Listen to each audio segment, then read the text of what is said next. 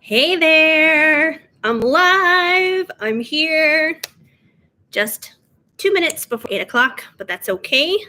So, hi Rachel, I see you there, and I already got your PayPal, I noticed it, I saw it, so welcome to the live, as usual. I'm glad I made it on tonight. As you can see, there's this lovely plastic behind me right now because I'm back at my mom's duplex where they're taking care of the bathroom and all like this crazy water pipe damage stuff. So there's literally no water working in here right now. I can't use the bathroom if I have to go. So I guess I'd have to be like my dog and go outside and use a tree. But the internet is way better in here. The Wi-Fi is better. So I had to come over here for the Wi-Fi in order to go live. Hi, Ashley. How are you guys doing? You having a good Monday? Good start to the week? Welcome. I'm just glad to be live. Last week was so hectic and so crazy with this whole water damage thing, but we'll get through it. We'll get past it. Hanging in there. Anyways, Rachel, I'm going to kick things off here with your Venti love energy check, and we'll see what's happening with your person. So let's get started. See what's going on. I know we've had like this crazy full moon. Did anybody else catch the full moon last night? Or I don't know if it was full last night or tonight, but it was really big. I drove over here to upload some stuff. And when I drove over here, it was like last night, and the moon was all like huge and yellow. And I wanted to get a picture of it, but there were too many trees in the way, so it just wasn't happening. Hi, Siwin. Hi, Anise. And Anise, just so you know, I saw you sent like a whole bunch of voice messages on Instagram. I will get to them, but things have been crazy, so I will get to them probably sometime after the live. But it's good to see you. It's good to have you here. And I hope that I haven't checked your messages yet, but I hope you get your Etsy reading from that girl. All right, let's see what's happening with Rachel for her love energy check. Oh, and we got one that just flipped out. We have justice. So it seems like there is some justice on the way for you.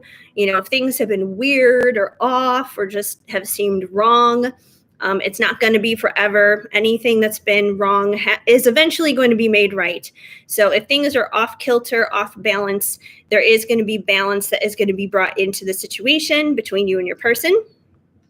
So that's a good start. Let's see what else is happening. Yes, I'm sorry I bombarded you with messages. She already sent my reading. Oh, that's good. She sent it, but she messed up the email. Oh, okay. That makes sense. It was just a technicality thing. Well, that's good. I'm glad that you got it at least. You can tell me about it later. But anywho, let's see what else we got for Rachel besides justice. Balancing of those scales, which, we have the Libra full moon, so maybe it's in correlation to that. Libra is all about the scales. I would know, being one. Oh, we got another one that wanted to fall out here. We have the Magician. So the Magician is all about, being the magic manifester of your own life, kind of getting into the driver's seat and just making shit happen. And it's really funny because I bought the CD, like I bought it like a CD, not like like on my phone type stuff, but like an actual CD from Target like weeks and weeks ago. And I completely forgot that I bought it. And it's the new Ariana Grande CD. And there's a song on there. It's something about like magic, like the magic or something like that. And it's kind of all about like manifestation. And I thought it was really cool. I'm like, yeah, we are kind of like our own magic manifestors, and the Magician has all the tools in front of him in order to make shit happen. Basically, he's got the wands, the swords, the pentacles, the cups. He's got all that he needs. So I feel like in regards to your love situation with your person, whatever it is that you want to make happen with him, you can make it happen. And I feel like that's kind of tied in here with the justice that you're seeking, the balancing of the scales. So like like, let's say, for example, maybe things haven't necessarily been even between you, the two of you guys. Like maybe there hasn't been enough give and take. Maybe you've been giving more and he's just been receiving it and not really giving a lot back. I feel like you have the ability to manifest him giving back to you equally, and that will help balance out the scales of whatever has been uneven in regards to that. So that's just an example of something of what it could be. But it could be anything, you know, like if you want to take things to the next level of commitment with him or any of that, like you can have justice in that and you can, you know, make it happen. And the way you make it happen is your thoughts, you know, the way you think about things, the way you look at things, basically. So let's see what else we have. Spot on. Oh, okay. Well, that's good. That's just the first two cards. We're going to see what else is going on because there's definitely more than that. But I'm glad that the first two totally make sense. Oh, that's funny. Now I'm getting a notification from my Apple card. Okay. They're like, hey, pay us something. I don't know. Okay, we also have the Page of Cups. So the Page of Cups is all about somebody having an authentic and genuine love offer to give you. You know, typically they're thinking about this because the pages aren't necessarily stepping into those action steps just yet, but they are thinking about it. They are thinking about, you know, having that love for you. So I believe that he does have love for you. He does have a cup of love for you. He is thinking about that. But, you know, he needs to take those steps forward. So if like that reciprocation is what you're looking for, he does reciprocate. He does feel it. He does have that love inside of him. It's just hard for him to express it, I think. And that's not uncommon for guys. You know, a lot of the times, you know, dudes, when they're, you know, small boys and that kind of stuff, you know, they're always taught to, you know, stiff upper lip, you know, be a man, you know, don't cry, don't show your emotions kind of thing. So it can be hard for them to show their emotions, their cups of love when they do have that. So that's kind of where a little bit of grace and understanding comes in. But, you know, he can do it. It's once again, kind of that give and take, balance, give and take. Yep. Yes, indeed. That's kind of, I think, one of the keys to life, whether it's in love or in work or in money or family or whatever it is. Let's see what else is going on here for Rachel. Let's see what else we got. Oh, well, you're going to like this one. I do believe if, you know, this give and take stuff works out for you, you know, with the justice and, you know, manifesting what you want here, you're going to be able to manifest what you want, which is this card, your Four of Wands, 11-11 union, which, you know, I feel like is you guys, once again, balancing out those scales, even give and take, you know, both of you feeling like you're fulfilled within the relationship and, you know, just like really coming together. And, you know, like I said, if you're looking for like a step up in terms of commitment, you know, that's this is commitment. That is taking that next level, basically. So that's really, really good. Let me get one more. And we'll pull some oracle cards for you. Hi, Elizabeth. You've completely given up on your connection. Oh, no. Just found out today that Milton moved on with that girl he told me that he was talking to. I'm completely devastated. Oh, gosh. Oh, man. Well, we're definitely going to have to find out what's going on there. Oh, man, that really sucks. But I feel you. I do. I feel you. That definitely hurts. Yeah. Ariana Grande is also a twin. Who's her twin? Who is her twin? Like, she's dated so many people. Who's her twin? And Anise bought 2 Ventis. Okay. All right, let's see. One more card here for Rachel. And we have the 7 of Pentacles, which is kind of similar to the Magician. You know, the Magician is, you know, once again, being our own manifestors in life, basically creating the future, creating the life that we want. And the 7 of Pentacles is basically you reap what you sow. So, you know, once again, You got to put out positivity there. You got to put out hope. You got to put out, like the good things. Put out in your mind, what it is that you do want, not what you don't want, kind of a thing. It's all about being kind to others and loving towards others. And, it's like, even if you wake up grumpy and kind of on the wrong side of the bed, it's kind of just like, you know what?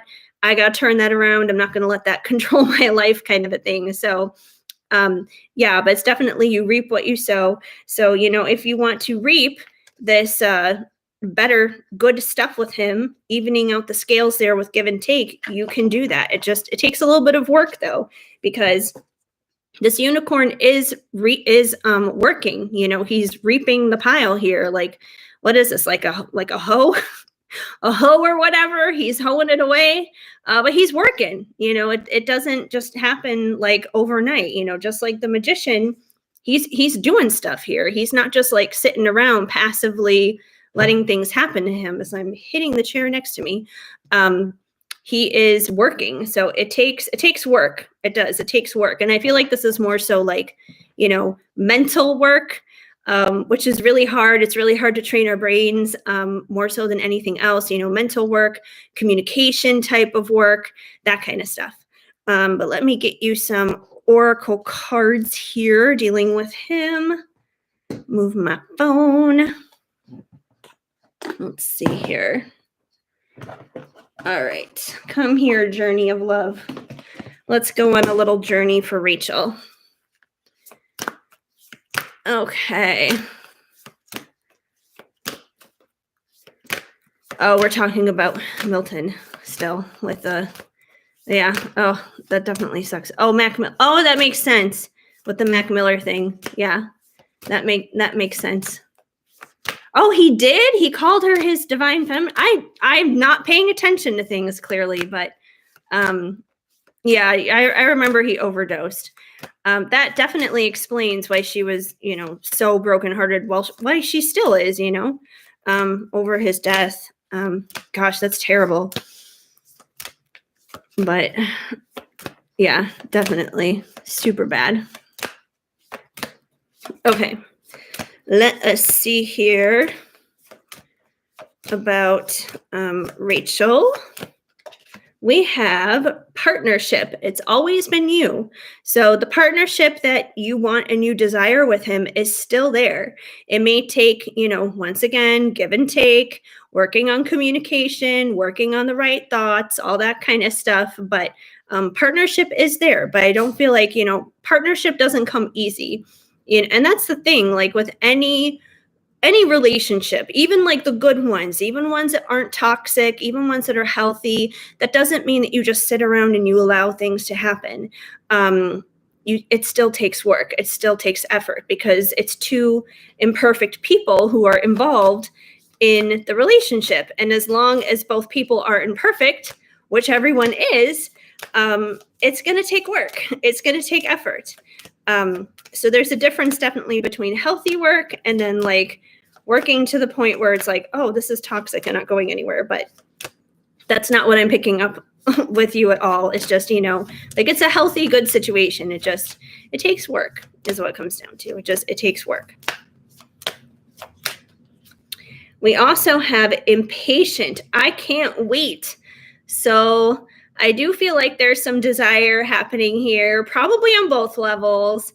This may be a part of the issue too with the give and take, So yeah, I feel like there's definitely some passion and desire there, that you're both desiring each other, that there's a little bit of impatience kind of surrounding that, maybe some pent up energy surrounding that too.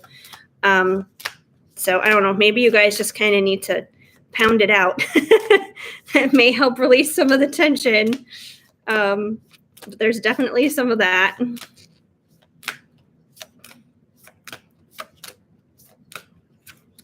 We have dreams. I'm so proud of you. So I do feel like he's proud of you. Like I said, he does have that cup of love. He does care and everything. So I think he just really admires you, like who you are as a person and that kind of thing. When I think of like dreams too, he's probably dreaming about you, and he probably admires the fact that you're somebody who goes for their dreams, who goes for their goals, that you just don't like sit around and kind of just like haphazardly allow life to do whatever it's going to do. But, you're actively like pursuing life with intention and purpose. And I feel like that's something that he admires in you. And we have, I've been watching you, jealousy. So maybe during times when the communication is not so great, he may be kind of just like watching you when you're not really realizing it, like peeking in on your social media, that kind of thing, being a little snoop. We've all done it. We've all been there, especially when we care about somebody. So he may be doing that. I know there's like a couple kissing in this eyeball picture here. So I don't think it's that he thinks that like you have something going on with somebody else or anything like that. I don't think it's like jealousy like in that way, but I feel like it's more so just about the fact that he is watching, that he's observing you more than you probably realize. Let me get one more.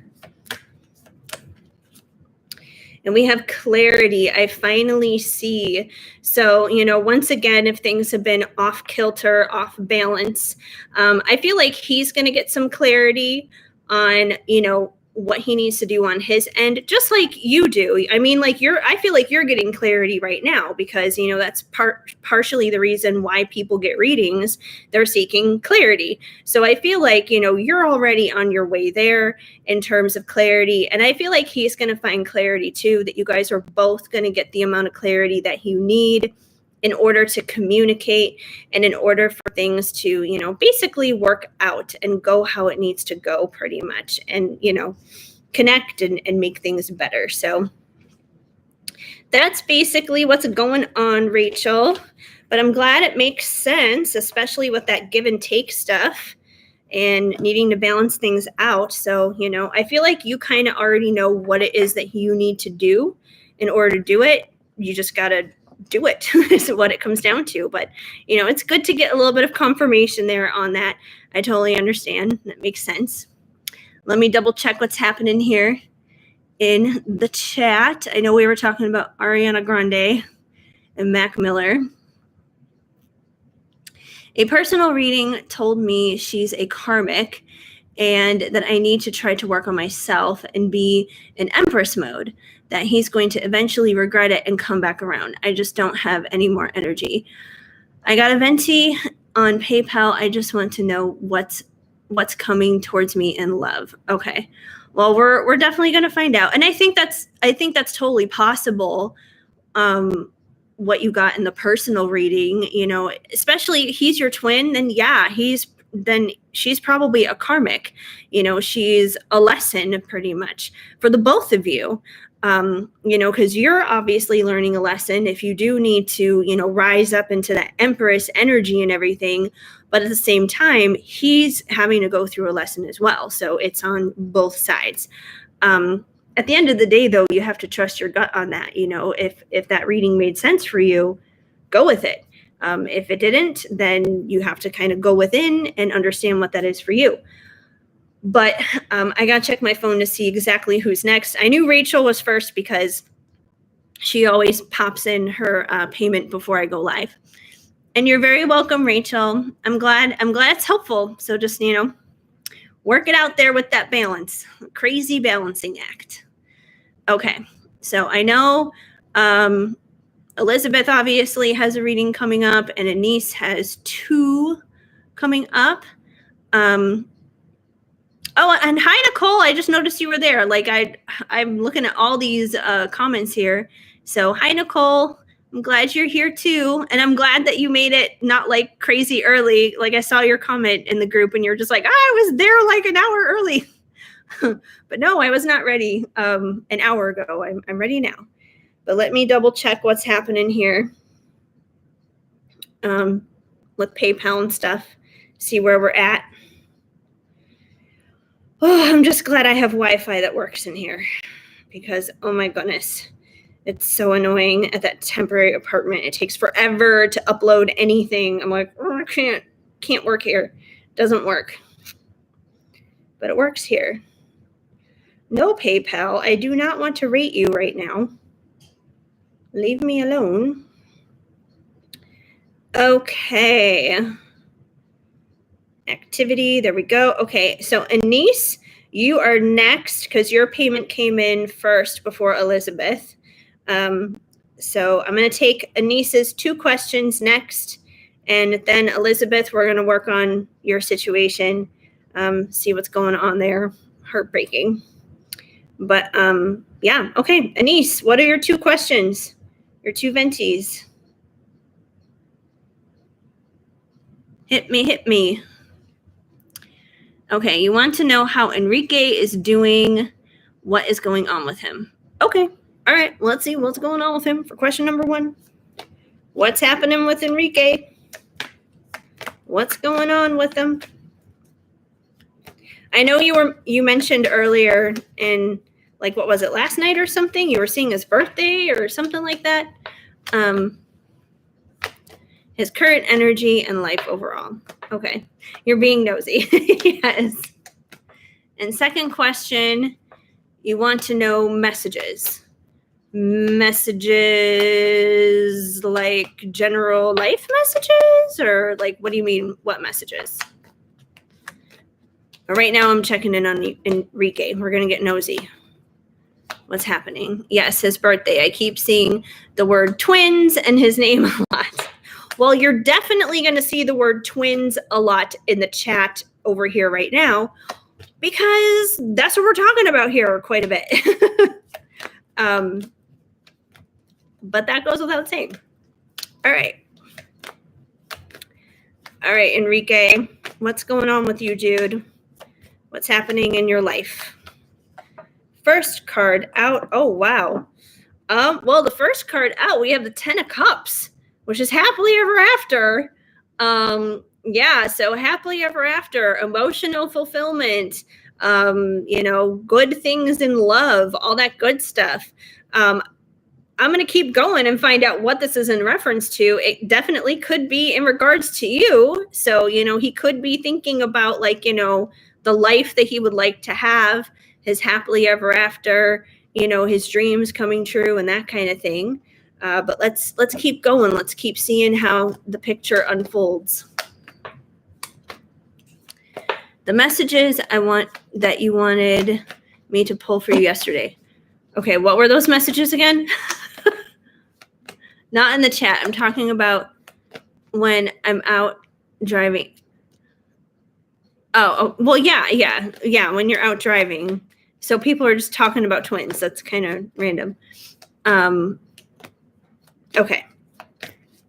Anyways, let's see what else is happening with Enrique besides happily ever after.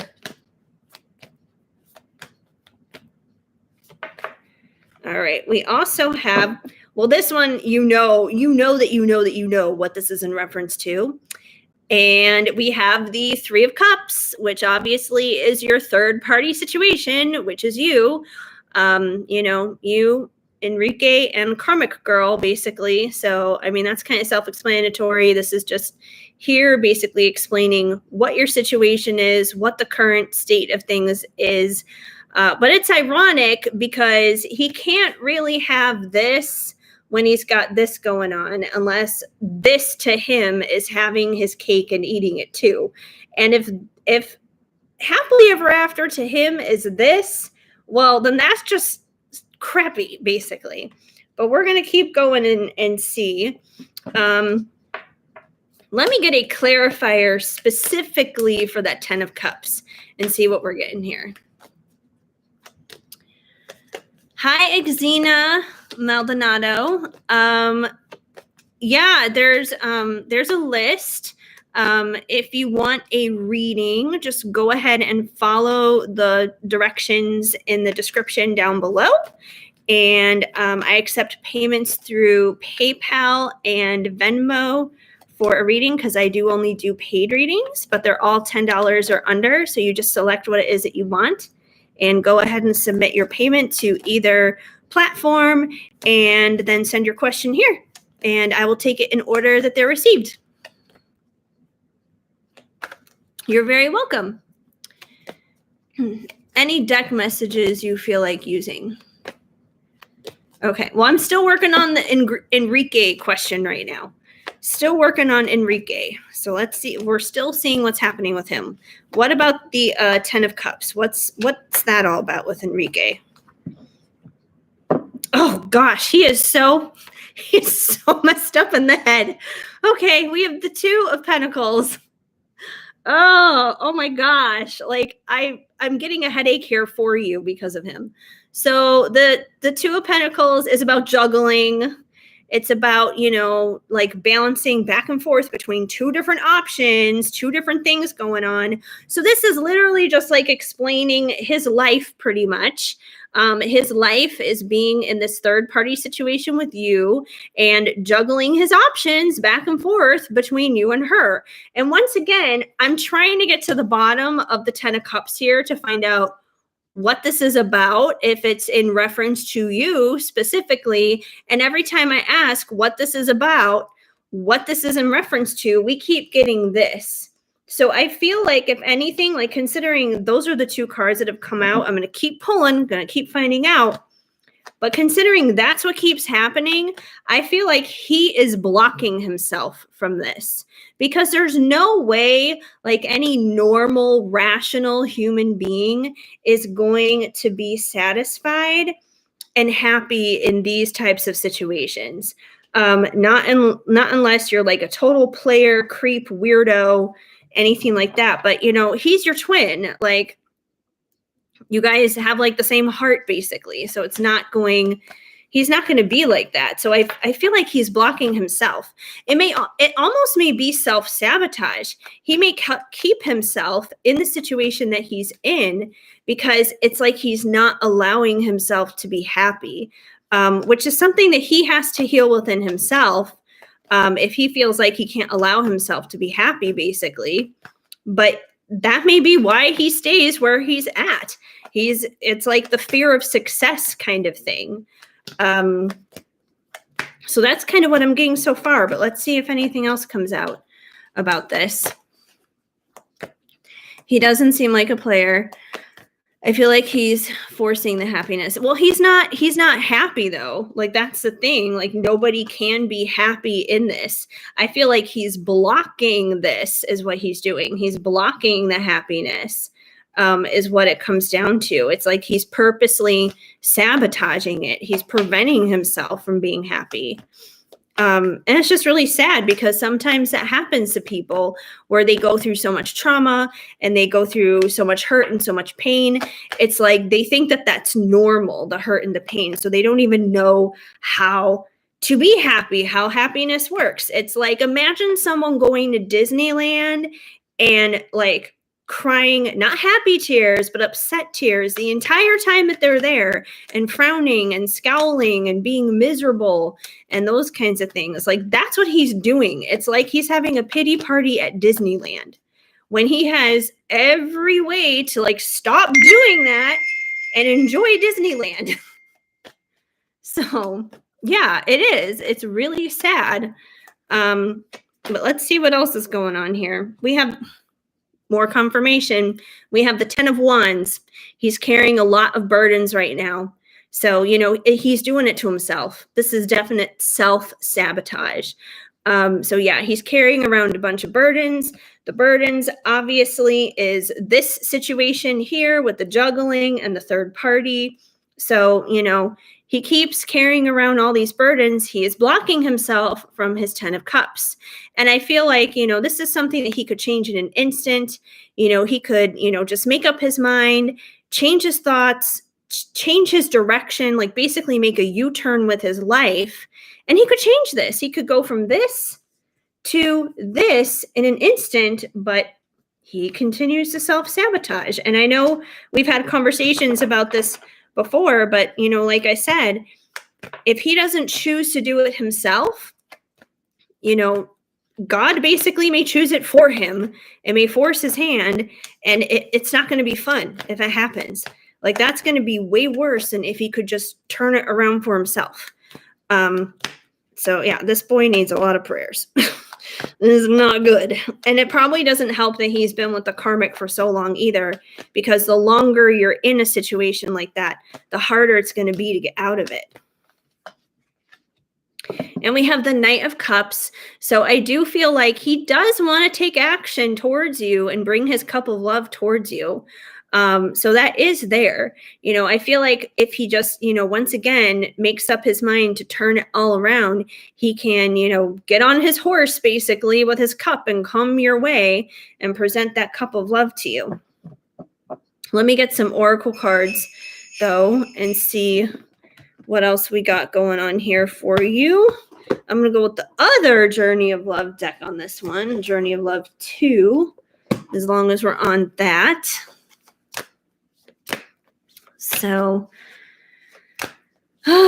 which is why I let go of the outcome and moving forward, working on yourself. Yes, you pray a lot. Finally a knight. Yeah, so I feel like he can do that. He has the capability to do that. He needs to get on that horse and go. He just got to make up his mind. It's just, it's a matter of deciding to turn the lights on when you enter the room, basically. It's not that hard, So yeah, I don't know, but I know you pray for him a lot. Keep doing that and keep working on yourself, because the more you do that, hopefully the more on an energetic level, it will motivate him to actually turn it around and start changing some things. All right, we have, I'm ready to tell you everything, vulnerable. So I feel like he wants to do this. I feel like he wants to break out of his own little prison that he's put himself in. And he does want to confide in you. He does want to share with you his heart and what's going on, where he's at, what his true dreams and true hopes are, what his fears are. I feel like he just, he wants to let it all out, basically. And I feel like he wants to let it out to you because he trusts you, obviously, and you guys have a connection, but also because he's not letting it out to anybody else right now, which is part of the issue. He's holding everything in, which is just, it's not good. It's not healthy. He feels so guilty and sad about it. Yes, that's what you want to have happen when you talk. Well, hopefully it does. That definitely seems to be where his desire is, that he does want to, open up those feelings and put them on the road there. We have fiery. You make my temp rise. So, he does desire you. There is passion. Clearly, obviously, like, I know we had that conversation too, where, he wanted to just take you upstairs and ravage you, basically. So, yeah, but he does have that passion. He does feel that for you, which I feel like makes it even more challenging and more difficult for him in the situation that he's in. Let's see what else we have here.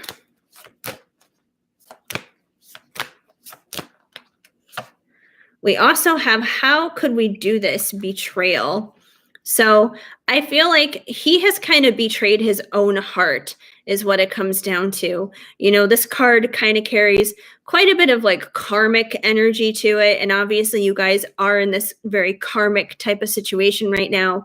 So I don't think it's so much that you betrayed him or, he betrayed you. It's more that he's betraying himself. He's betraying his own heart. He's betraying his own dreams, his own desires and everything for literally nothing is what it comes down to. But he's betraying himself. And because he's betraying himself, it's affecting things dealing with you. Hi, Rihanna. You ordered a Venti connection check-in for you and John. Okay, sounds good. I have not checked the PayPal to see what's going on. Oh, and there goes the Venmo. I know that Elizabeth is after Anis's 2 questions because Anis had 2. But I'll see who's after that. And this one just flipped out. We have doubt. I don't know what to do anymore. Well, clearly he doesn't know what to do anymore. because he's got himself all twisted up in the head. But the answer is obvious. It's right in front of him. You know, he could easily turn this around and change it, but you know, it's like he's overthought his brain cells so much to the point where he doesn't know what to do. He doesn't know what he's doing. He's torturing himself. Ah, see, when that was you on Venmo. Okay. Because I'm like, I heard the cha-ching. When it went through, I was like, okay, there's somebody else going in there for a reading. And we have ascending. We have a special purpose, my love. So even though this whole situation is like nutty and insane and drives you crazy and everything, unfortunately, yeah, you guys did sign up to do this. And, you know, it is for a greater purpose, and nothing that is worth it, nothing that is worth having ever comes easy. You know, this is not a microwave romance, basically. It's something that is going to take a lot of work and a lot of effort, but the two of you are going to be better, you know, because of it. And it's kind of funny because I'm thinking two things with this card too. Number one, we do have that full moon going on, and look at what's on this card. It's a very full moon. And the moon actually kind of looked like this last night. It was very big and it was very yellow. So I would say, like, kind of pay attention to just like your own dreams and your own intuition and that kind of stuff at this time, because the moon may be influencing certain things as of the moment. And the other thing I think of with this card too, it kind of reminds me of The Little Mermaid. Like, have you seen like the movie posters for it, where it's just her, it's just Ariel, like sitting on the rock in the water at night, and it's like, you know, her silhouette there in the moon. Like, there's no Eric in the picture with her, like in this type of thing. But it reminds me of The Little Mermaid. So it, you know, maybe the karmic is kind of like Ursula, the sea witch, you know, when she's pretending to be Ariel and stuff. So maybe you got some Little Mermaid synchronicities there too for your connection. Just a random thought.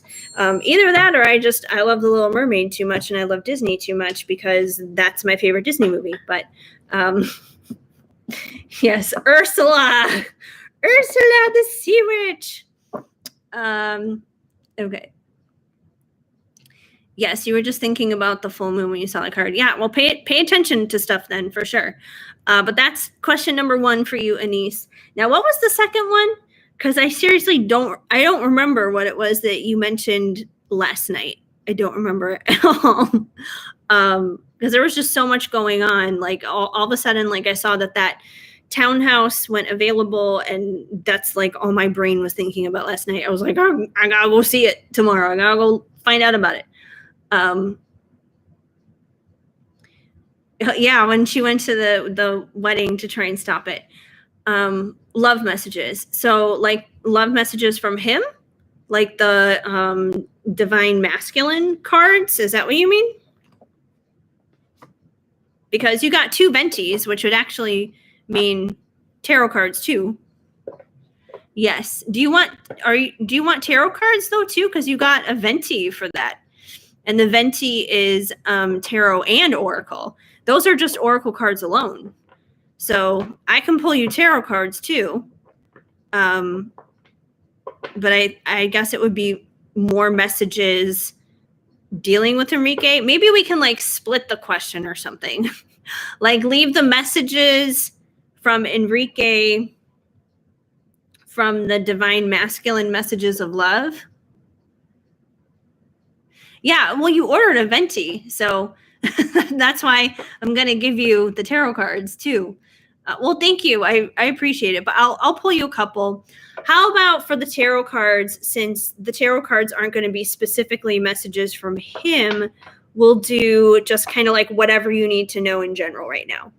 Just whatever you need to know. And then I'll do some of the divine masculine messages of love.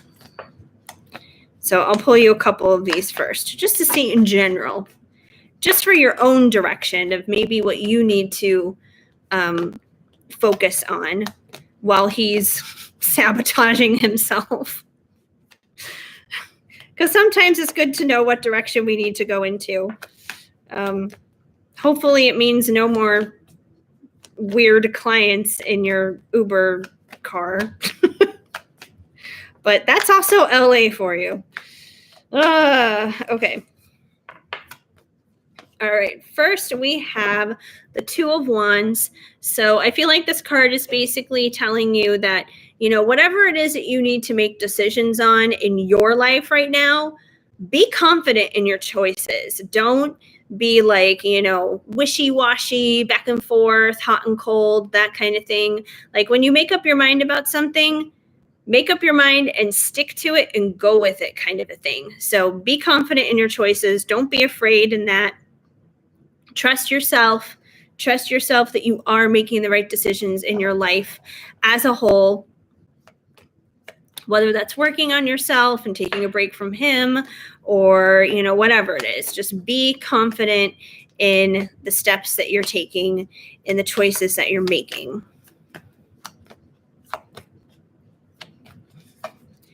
And we have the Four of Cups. Oh boy. So this card is kind of about you being a little stubborn. You may have a little bit of a stubborn streak in you about something that maybe that's something you need to work out with, because, in this card, this unicorn is seriously focused on these three cups down here, but it's being offered something super amazing up here. The fourth cup is actually like the best one. It's the one that you actually want. But the unicorn's kind of like poo-poo, rejecting that, blah, I don't care. I'm not paying attention to that cup. I'm more interested in these down here. So I would say, if you do get offers coming into you, whether it's in love or in life or anything else, even if it doesn't seem that appealing to you, maybe go ahead and take the risk and give it a chance anyways. If it's not something that you want in the long haul, you don't have to stick with it. But at least, give it a shot. If it is like a romantic thing, for example, even if it doesn't go anywhere with that person, you could wind up making an amazing friend. And, who wouldn't want like a good friend? Like you could wind up meeting someone who could be like a brother to you, basically.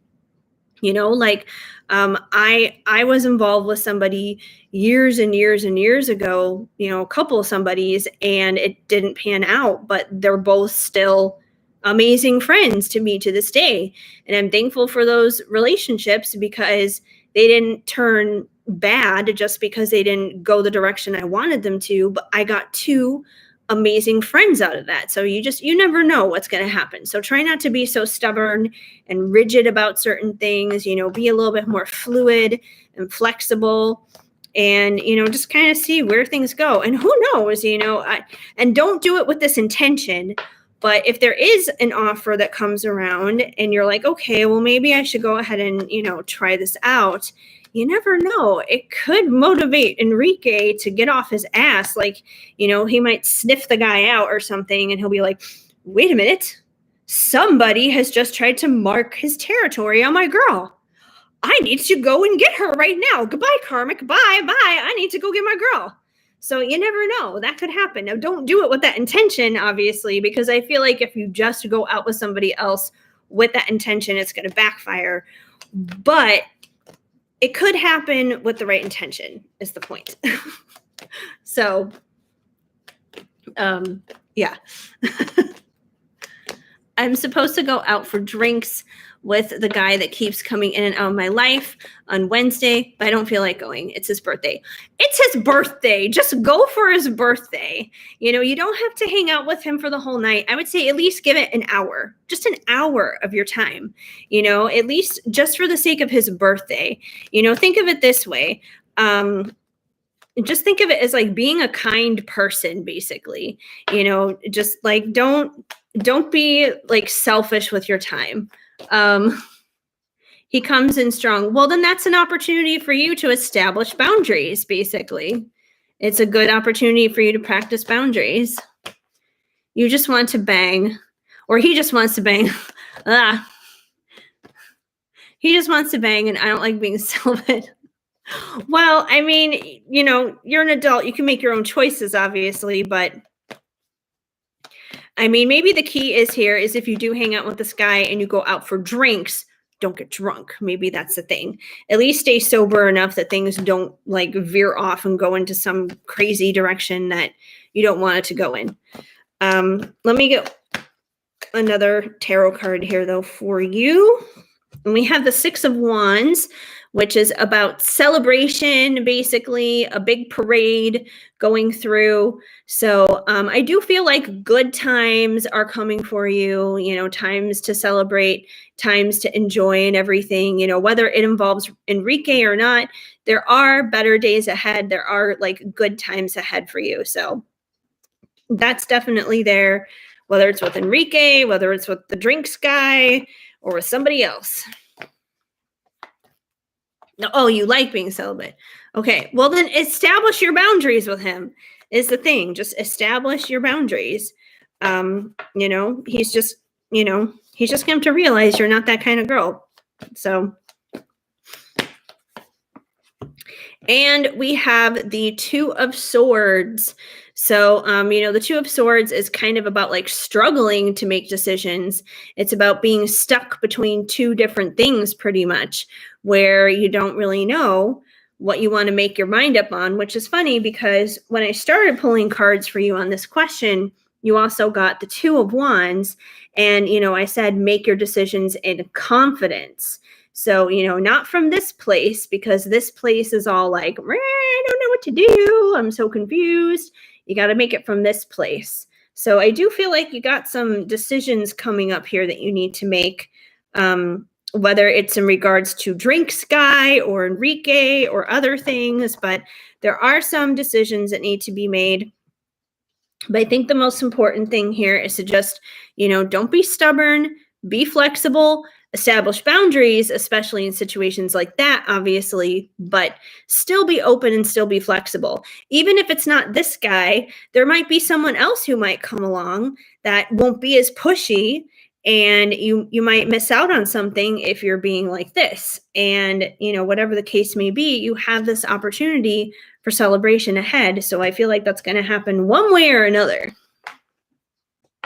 You are choosing yourself right now. And that's a good choice too. There's nothing wrong with doing that either. Let me find the masculine cards here. I got to move some things around. Oh, I just realized I have a chair right there I can put some things on. That works.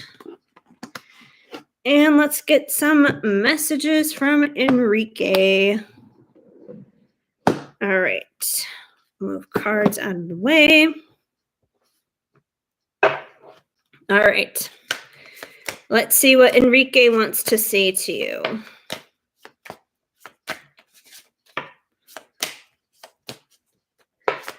I've tried, but he's always sneaky, and he tries to put his hand on my thigh and stuff like that. Well, like I said, that may not even necessarily be in reference to that guy specifically. There still could be somebody else that might come along, and you may not even know who he is yet. So, you know, if you know that this, you know, drink birthday guy or whatever is too much, then that's okay.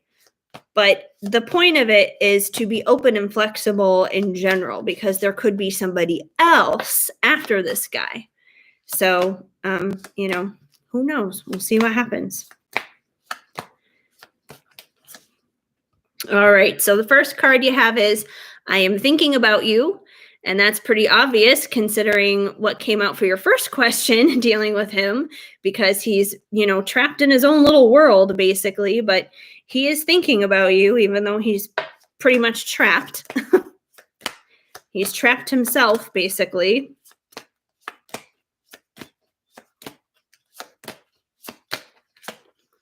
And we have, I need space right now to heal. I feel like that's kind of stating the obvious. He has a lot he needs to heal, because someone who self-sabotages the way that he does and he won't allow himself to be happy, there's definitely some deep pains going on in his heart that he does need to heal. And, you know, and healing is messy, you know, like healing is not this easy process. So if anyone is getting the brunt of his healing right now, it's actually her. It's the karmic, she's the one who's probably going to be seeing all the ugly stuff right now, not you.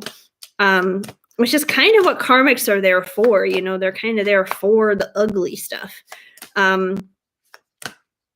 So yeah, hopefully the space won't last forever. That card always comes out. Well, it's his card, I guess. But, you know, like I said, the energy hasn't changed that much. You know, like the more often you get a reading on a certain situation, you're not going to see the change as drastically as if you, like, you know, wait a few months or something in between readings. We have our love is real. So he definitely does still feel that love that's between the two of you guys. It's not the easiest situation, but it's still very much real.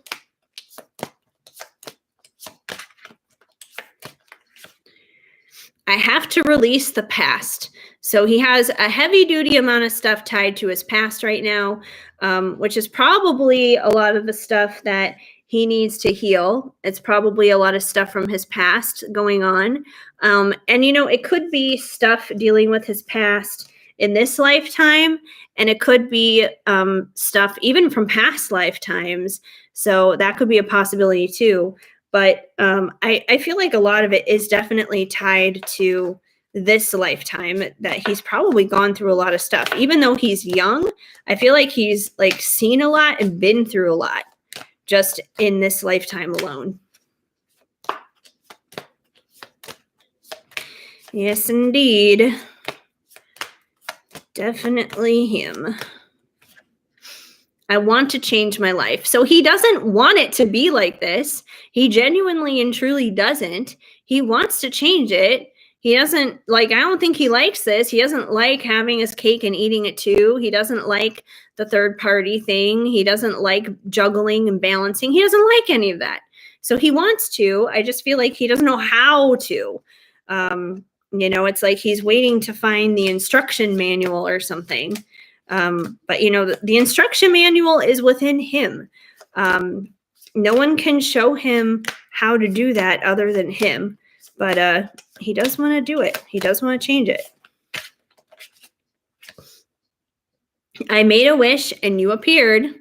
So, you know, I feel like considering he's been with her for a long time, like before he even knew you, I feel like he was so miserable probably at one point before he met you that he was like making a wish for a better life, for a better partner, just for things to change, for him to actually have the things in his life that he wants. And it's like when he did that, that's when you came into his life. You know, he was blessed with that. But now that he's got it, he doesn't know what to do. He doesn't know what to do with it, kind of a thing. You've always wanted to get a past life reading about the two of you. Yes, he told you himself that he feels like an old soul. Yeah, probably. I wouldn't doubt it. But yeah, a past life reading might help. It might help in terms of like understanding what both of you need to work on, and you know what maybe some like common themes going on in your connection, because chances are if there are certain things that you're experiencing in this lifetime, they're probably similar to things that you experienced in previous lifetimes, because you know you may not have necessarily learned all the lessons that you were supposed to last time. So you're back kind of like repeating these things, working them out. Like I know for me, like I've never done a specific past life reading with anyone, but I did do like a trance channeling thing with Bridget like several months ago, and she was like channeling him basically. And one of my questions, it was just one of them, I did ask about the past life stuff, and there was so much stuff that was like tied to like inner child and all this other stuff. And it's like, I swear for me, it's like all about the friggin' inner child. And that makes sense because I've known my person like 2/3 of my life basically. So that ties in. Like I was still a kid basically when I met him. So those things do overlap and cross over from lifetime to lifetime. But you also have You Are My Light. So, he has a lot of darkness going on, but, you're definitely still a light to him. And let me get you one more. And then I'm going to head on to Elizabeth's question, because I know her heart is breaking over there. And I feel so bad. But with a really good reader. Yes, that's what you feel also. Well, that's definitely the key, is finding a good reader. Maybe a reader who specializes in past lives. I don't know. I don't have any past lives cards. Maybe I should get some. And the last one you got here is, I was silly to let you go. So he's definitely kicking himself in the ass, basically, for, letting you go and continuing on things with her when things with you could have been a lot better, obviously. So he's kind of walking around, kicking himself in the butt. He feels regret. He does not feel like $1 million over that decision at all. Okay. I would do past lives if I had an appropriate deck for that, but I don't have any decks that are past life specifically. So I'd kind of have to play around with that one a little bit. So I'll let you know when I get some past lives cards, and maybe we can figure that out. He was silly, hair flip. Okay. All right. Elizabeth, I got you next. Let me scroll up really quick just so I can double check your question. Okay.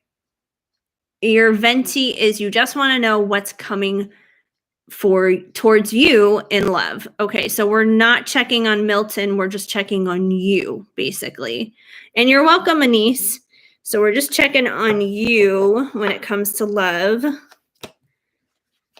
Not necessarily Milton and his thing. But let's see what's going on for Elizabeth here. What's happening for her? What's coming for her in love? Hopefully, let's bring in something good here. Bring in some good vibes for Elizabeth. She needs it, you guys. She needs it.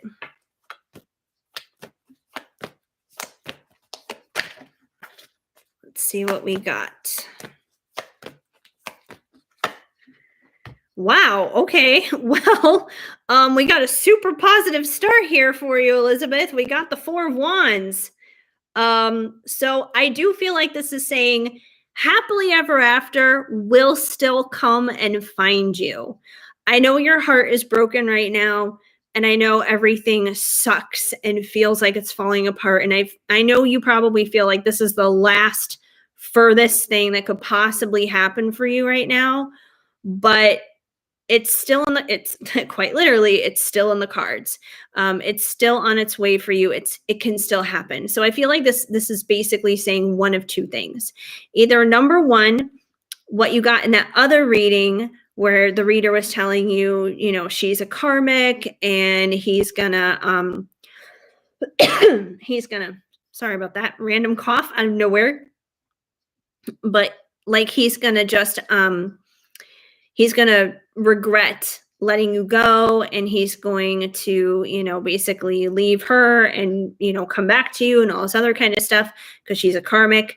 If that reader's reading is accurate and that happens, then that will be your 4 of Wands, and you guys can, come back together and reunite, and things can be good. And if that doesn't happen, if for some reason that doesn't happen, I feel like somebody else is going to step up, and somebody else is going to come into a place for you where you can still have your happily ever after, where you're not going to be alone, where you're not going to be isolated or anything like that, where you're still going to find love, and you're still going to find partnership, and you're still going to find happily ever after with somebody, whether it's Milton or somebody else. If it's somebody else, it'll probably be a soulmate type of situation, but it's still going to be good. It's still going to be healthy. It's still going to be somebody that you connect with, that you're attracted to, that you can laugh with, cry with, all those good things with. So I do feel like this is still an option for you. It's still coming for you. So, just because things are difficult right now doesn't mean it's always going to be like that. It can change. Things will get better one way or another. God is the author of your love story, And God does not write crappy endings. He writes happy endings. But you got to remember, he also writes some pretty crazy plot lines of some plot twists before you get there. So if things are a little crazy right now, that just means that you're not at the end of the story yet, is what it comes down to. If it's not okay, it's not the end. And I think that's a quote. I'm pretty sure I've heard that before. But let's see what else is going on. What else is coming for you with love? We also have the moon. So the moon, it can represent a couple of things. Number one, it usually represents the divine feminine, number one. So, that would be you, basically, like you being a strong divine feminine. And even though this is not the Empress card, I would kind of like follow up in a sense with what the other reader said, that you are the Empress. Basically, the Empress is the divine feminine. So I do feel like you are the Empress of your own life. You need to tap into your own divine feminine energy. This is a chance and opportunity for you to stand strong within yourself. And the reason why the Empress is because she's so intuitive. She taps into her intuition. And that's what the moon can be about too. The moon can be about secrets and that kind of thing. But, it's like all the secrets that are going on, all the things that, you may be looking to understand and that kind of stuff. You have those answers within. You have those answers within yourself and within your own intuition. Like, even though I understand your heart is breaking, and, it's probably like tears all the time right now. If you get beyond that, if you get beyond the layer of sadness and you really go deep, deep, deep within, you're going to understand and you're going to know exactly why this is happening, exactly what's going on here. So you just got to dig deep here and trust your intuition right now, especially when we're going through hard times. We need to trust our intuition more than even during the good times. So this is definitely a time to tap into that intuition. Let's see what else we got.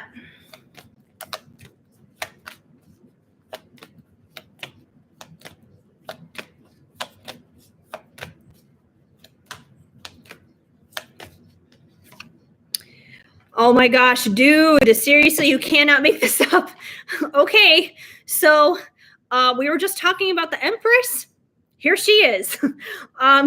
So I feel like I'm basically just confirming this other reader's reading. She told you you're the Empress. She's right. You're the Empress. Obviously the universe here is trying to drive a point home. Trying to drive a point home to you pretty much. If you're getting the same cards, the same type of message being delivered to you, you're the one who basically just needs to trust it, which is what that intuition is all here. But, the Empress, she owns it. She owns that intuition. She's the embodiment of all those queens. So you got this inside of you, and if I remember right, the last time I was live and we were talking about the whole Milton thing, I know that you didn't know for sure if there was stuff going on dealing with her and him yet. And, and I told you, try not to go to a place of dread, try not to go to a place of fear and that kind of thing. And, maybe it's possible, kind of think about it within yourself, really think about it. Like, did you focus on that dread and that fear a little bit too much? I'm not saying that if you did, that's 100% what created it and what made it happen, but I'm sure it didn't help it either. So you really got to pay attention to your thoughts, because the thing is that the Empress, she's not going to places filled with dread and filled with fear, whether it's about Milton or other things in her life. She just doesn't do that because she's the embodiment of all the queens. Why would she worry about anything like that?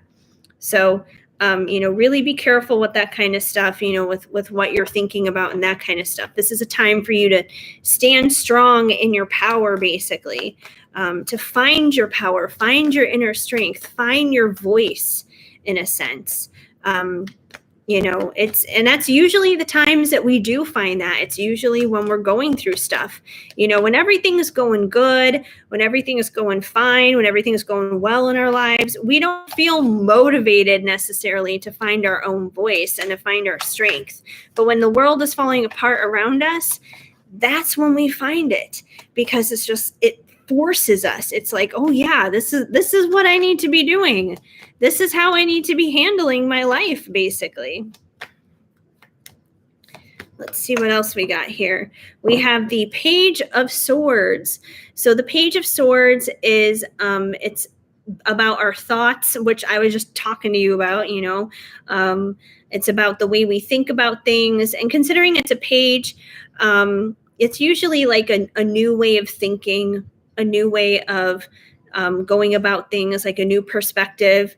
The Page of Swords hasn't necessarily, gone forward as a knight to like express these things just yet, but they're thinking a new way of thinking. So I feel like this is an opportunity for you to kind of renew your mind, in a sense, when it comes down to love, when it comes down to relationships, not just with Milton, but just as a whole in general. So that way then you can make it to your Four of Wands here, whether it's with Milton or somebody else, because you can't have a healthy and whole relationship with anybody if your thoughts are all crappy and not good. So, there may be some thought patterns here that need to be changed at this time when it comes to just relationships in general. Hi, Alaya. Hi, Melissa. You ordered a Venti. Met someone and wondering how this connection will go. His name is Ruben. All right, cool. I have not checked my PayPal just yet. I'm on Elizabeth's question right now. But after Elizabeth, I'm going to check it out and see where we're at. I know Seawin got one on Venmo, so I got to check both. But either way, I'm going to be checking and reading, checking and reading and checking. And we got little fairies in the chat. So cute. Ooh, and we have the Devil. So I feel like, especially with what you're going through in your situation right now, there is a lot of karma going on. So once again, kind of piggybacking on what this other reading told you about her being the karmic, I would say, yeah, I would have to agree with her. She is a karmic. That's what the Devil is about. The Devil is about karma. It's about temptations. It's about addictions. It's just about icky, low vibe, not so good stuff. So it does seem like there is some karma here between you and Milton, and it doesn't even necessarily have to be another person. You can have karma between you and somebody else in a lot of different ways. You could be in a relationship with like a drunk, for example. That's a lot of karma. That can be super toxic. But yeah, like this is definitely a karmic relationship, a karmic connection that he's going through right now. So I feel like that definitely just kind of confirms that. Let me get one more tarot card for you, and then I'll get you some oracle cards. Also lust. Yeah, it can be about lust too, but definitely in this situation for Elizabeth, I'm thinking it's in regards to that karmic. It's just confirming that very karmic-y, icky kind of energy. And we have the Queen of Swords. So I know you're kind of already the embodiment of all the queens right now with that Empress, but I feel like if there's any queen that you may lean on more so than the others, at least as of this moment, it's probably the Queen of Swords, and it's understandable as to why, because the Queen of Swords, she's the more icy and cold one out of everybody. She basically cuts like a knife with her thoughts and with her words and that kind of thing. And it's not because she's a bitch on purpose. It's just simply because she's been hurt. she's been hurt, and and it shows. And that's kind of like you right now. You are hurting, and it's understandable. And it's understandable if you have bitchy days, or you feel, cold towards him, or guys in general, or you just feel off. And that's okay. It's okay to experience those days. It's okay to experience those moments right now. When you're hurting like that and everything, it's probably not best to jump into a love situation with somebody else. It's probably better to work on what's going on with yourself, so you can make yourself the best version of yourself in order to be in the best version of a relationship that you want for yourself. But I do feel like you're kind of more the Queen of Swords out of all those queens right now. So you may need to kind of like warm up your, Queen of Wands and Cups and Pentacles and everything a little bit there. But I feel like you're kind of mostly the Queen of Swords right now, because she is the one who is hurt the most. But she's still a queen, which means you're still in your power, because that's what those queens do. They're powerful. All right, let me get you some oracle cards here. Let's see. I'm going to go with Ocean of Emotion to see about move out of the way here, cards. I got cards coming out of my ears. All right. Let's go with Ocean of Emotion to see what you need to know with love right now. There's so many cards in this deck.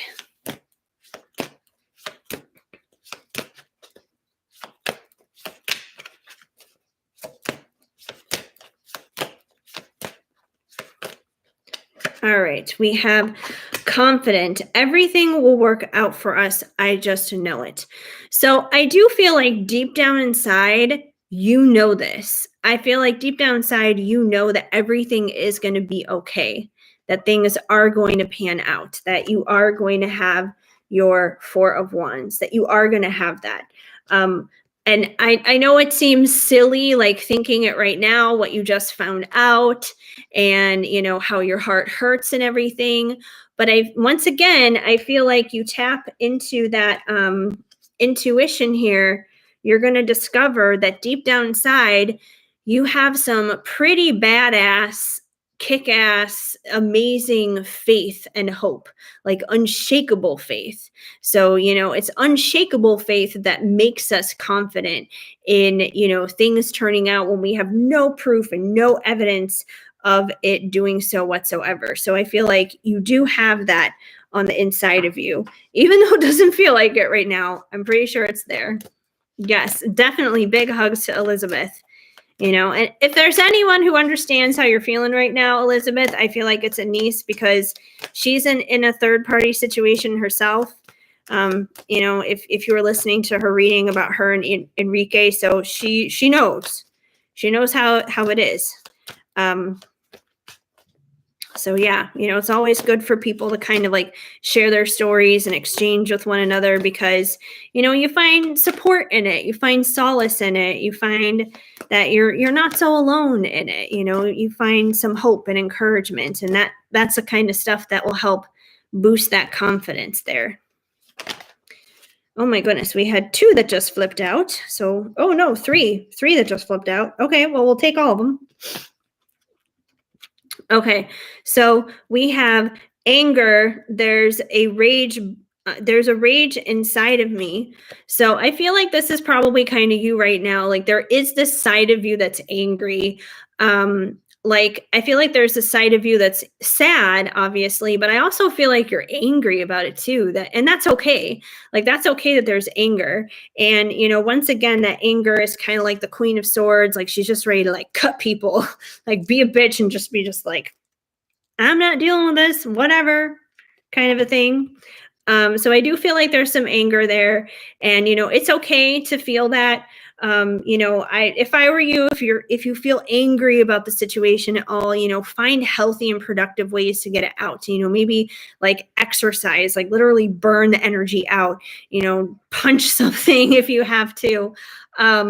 But yeah, find a way to express it and get it out in a happy way, because you don't want it to fester. If you let the anger fester, it's going to turn into bitterness and resentment. And bitterness and resentment is a lot harder to get rid of than anger. So, feel the anger, let it burn, get it out, and then you can like have some relief where there can be some healing that can come. But we also have depth. I want to give you more of me and I want more of you. So I feel like with the depth card coming in, it's basically saying that this whole shitty situation that you're in right now, it's an opportunity to go deeper. It's an opportunity to go deeper in your faith.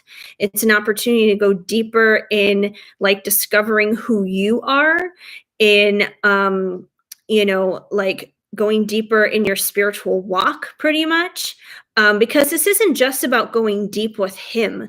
I feel like right now, if we're talking about what's coming for you in love, I feel like the biggest thing that's coming for you in love right now is you falling in love with yourself. Like you loving yourself so incredibly much that's where you're going to find the depth. And once you find that depth within yourself, you're also going to find that depth within him, because I feel like he wants to go deeper with you too, but it's kind of like a mass thing everywhere. It's in your spirituality, it's falling in love with yourself, it's depth with him. But, going deeper, it doesn't happen by just, things being like tra-la-la, lollipops and good times and everything's okay and sunny days and rainbows and butterflies and unicorns. You don't go deeper with that kind of stuff. The only way you go deeper is for things to get a little scary and a little difficult sometimes, which means your world may be shaken a little bit. But yeah, I feel like this is definitely an opportunity for that. And it just came to my mind right now, especially if we're talking about self-love and falling in love with ourselves, especially in regards to like dating and relationships. I don't know if you guys know who Mandy Hale is, the single woman, but she was this girl who started a Twitter account like over 10 years ago called The Single Woman. And that was just her thing. It was like tweeting about being the single woman and going through relationships and that kind of thing, and not settling down and getting married, but wanting to, kind of a thing. And it, like, her Twitter took off. It went viral, and then she wound up like starting a blog and writing books and all this other kind of stuff. And now she has a new book coming out called Don't Believe the Swipe. Ha ha ha, play on words there. But she tweets about this stuff constantly, about self-love and, making sure that you're taking care of yourself first before you're just like letting all your boundaries down and letting some guy basically ruin your world pretty much. So if you guys are not familiar with Mandy Hale, the single woman, just, Google her, go to Twitter, look up the single woman. You'll see a whole bunch of good stuff there. We also have surprise. I have a beautiful surprise planned for you. So I feel like this is basically, I feel like this is more so a message from God than anybody else to you right now, Elizabeth, saying that he's not done with your love story. He's not done writing this. So this isn't the way it ends. That, you're just in the middle of the story right now. It's like you're in the thick of the storm, but you're still going to come out on the other side okay. You're still going to come out on the other side and see the sunshine. You're going to see the rainbows. It's going to work out. So I feel like, it's kind of like God is basically saying to you right now, he's got this, that he has a big surprise planned, that that love is going to be there, that 4 of Wands that we already got at the very beginning, it's still coming for you. That the surprise may be Milton coming back. The surprise could be a phenomenal soulmate coming in that you never saw coming. But either way, the love that you crave and that you desire, it's still coming. It's not over. So this surprise is still coming for you. It's still on the way. Let's see what else we got. Oh, we just had 2 more come out. All right, I'm going to take these 2 and then head on to the next question. But I feel like these 2 are definitely in regards to Milton specifically, because we have, please forgive me, sorry. So once again, kind of piggybacking on what that other reading had told you, I do feel like he's going to wind up realizing that he made a mistake, and that, he should have picked you over her. and he's going to wind up kicking himself in the butt kind of a thing, but he will apologize. He will acknowledge this. He'll say he's sorry. He's going to want to make it up to you, basically. And we have illuminate. Your light helped to guide me out of my darkness. So, if he's going through this right now, I feel like he's kind of dealing with his own darkness, with his own issues and things that obviously he needs to work out, but you are still a light in his life. You still illuminate things for him. So, you got to keep doing that. Keep being that Empress. Keep being, all those queens and that kind of thing. Keep tapping into your intuition. Don't stop shining. Don't stop sparkling. Don't stop doing any of those things just because he's being stupid.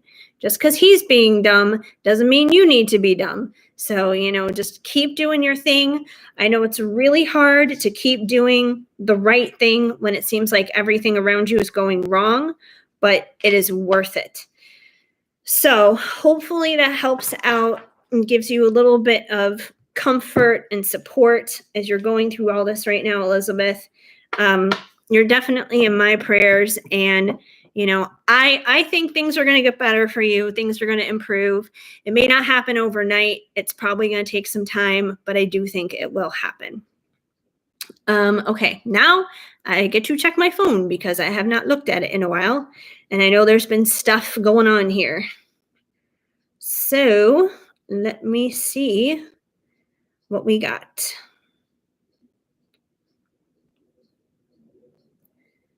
Alrighty, so we got Elizabeth. So we've got Rihanna, Melissa, and I know we got Siwin in here too. Yes, and we have Siwin. Okay, so Siwin, you sent in your payment 46 minutes ago. I wish that PayPal gave me timestamps here as to what time these payments came in, because I can never tell between the two apps who's came in first. So I think I'm going to take Siwin's first for the moment, just because she's the only one on Venmo right now, and then I'll jump back to PayPal. And after Siwin is Rihanna, and then Melissa. So that's what I got going on here. Okay, so Siwin, general love reading, whoever and whatever messages come through. All right, sounds good. I'm going to take a quick little sip of my little coffee here in my lovely Disneyland cup, because I love my Disneyland.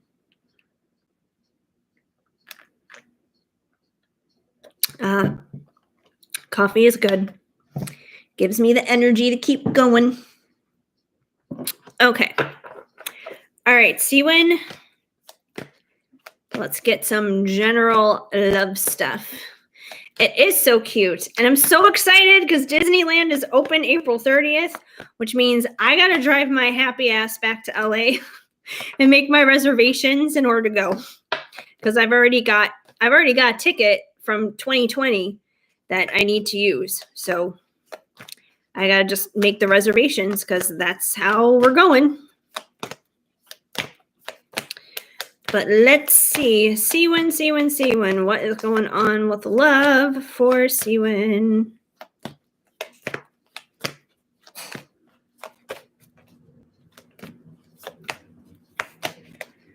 All right. We have the 5 of Swords. So it seems like there is some struggle going on here, because that is what the 5 of Swords is all about. It's all about conflict.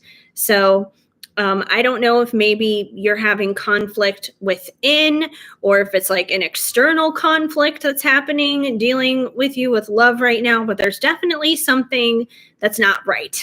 Something is not where it should be. There's some kind of struggle happening here. So let's keep pulling cards so we can find out more about what this struggle may pertain to, what conflict is going on here. Oh, there you are. I was wondering where my dog went. I'm like, where is he? He's like hiding between the couch and a table right now. Why are you hiding over there? But he's watching me. He's like, I'm going to watch you. I'm not going to come over there right now, but I'm going to watch you. I think he's just confused. He doesn't understand what's going on. All right. We also have the King of Wands. So it seems like whatever the conflict is happening around, it's probably happening around a King of Wands in your life.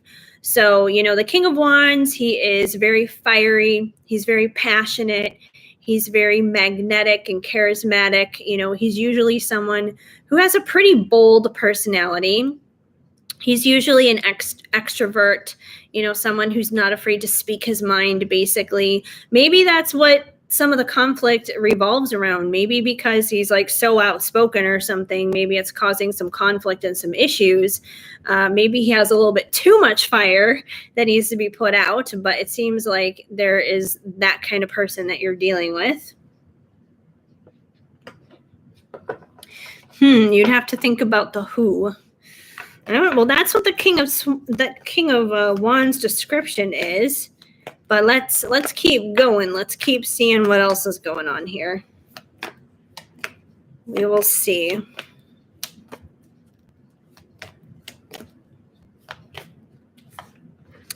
And we have the Knight of Wands. So we got a lot of fire energy going on here. The Knight of Wands is, once again, someone who takes action. This is a big time action card. This knight is moving quickly. He's got the wind going through his mane and through his tail and everything. He is charging through. And, the wands, once again, are about fire and passion. So whatever is making this knight move forward, it is definitely coming from a place of passion and desire. So whoever it is you're dealing with, like I said, he's pretty bold. He's pretty fiery. Maybe he is, a fire sign for that matter. I need to pray for someone to take action and not just be all talk. Well, there's somebody. I mean, if you have no one in your life right now who is fitting that description and who is just all talk, and obviously, these two are about a lot of action and a lot of passion. I feel like it's basically saying that there is somebody out there who does fit that description, even if you don't know who they are just yet. Maybe what the conflict is here and the struggle could be is the fact that you don't know who this person is, because you're kind of sitting here thinking like, I got to think about who this is. Who is this person? I don't know. Who is this? That could be what the struggle is. The struggle could be is you're just not meeting those kinds of people. You're not encountering them. But I do feel like he exists. Otherwise, it wouldn't be there. I know it's hard. It's hard to meet someone. It's hard to find someone who takes action because, more people are all about talk rather than action. There's a lot of people who just don't follow through, basically. So it's hard to do that. People flake out easily, especially nowadays. I feel like in a sense, technology kind of enables us to flake out on people a lot easier too. You're very welcome, Elizabeth. I really do hope it helps. My heart breaks for you, but I promise you things are going to get better. It sucks right now. I get it. It does. It sucks. It hurts.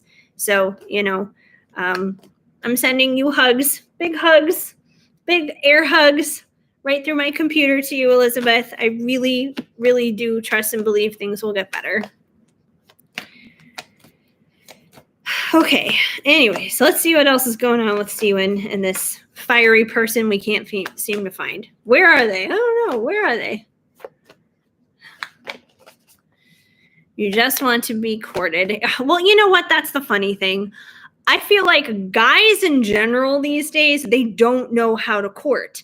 And once again, I do feel like technology kind of has a lot to do with this.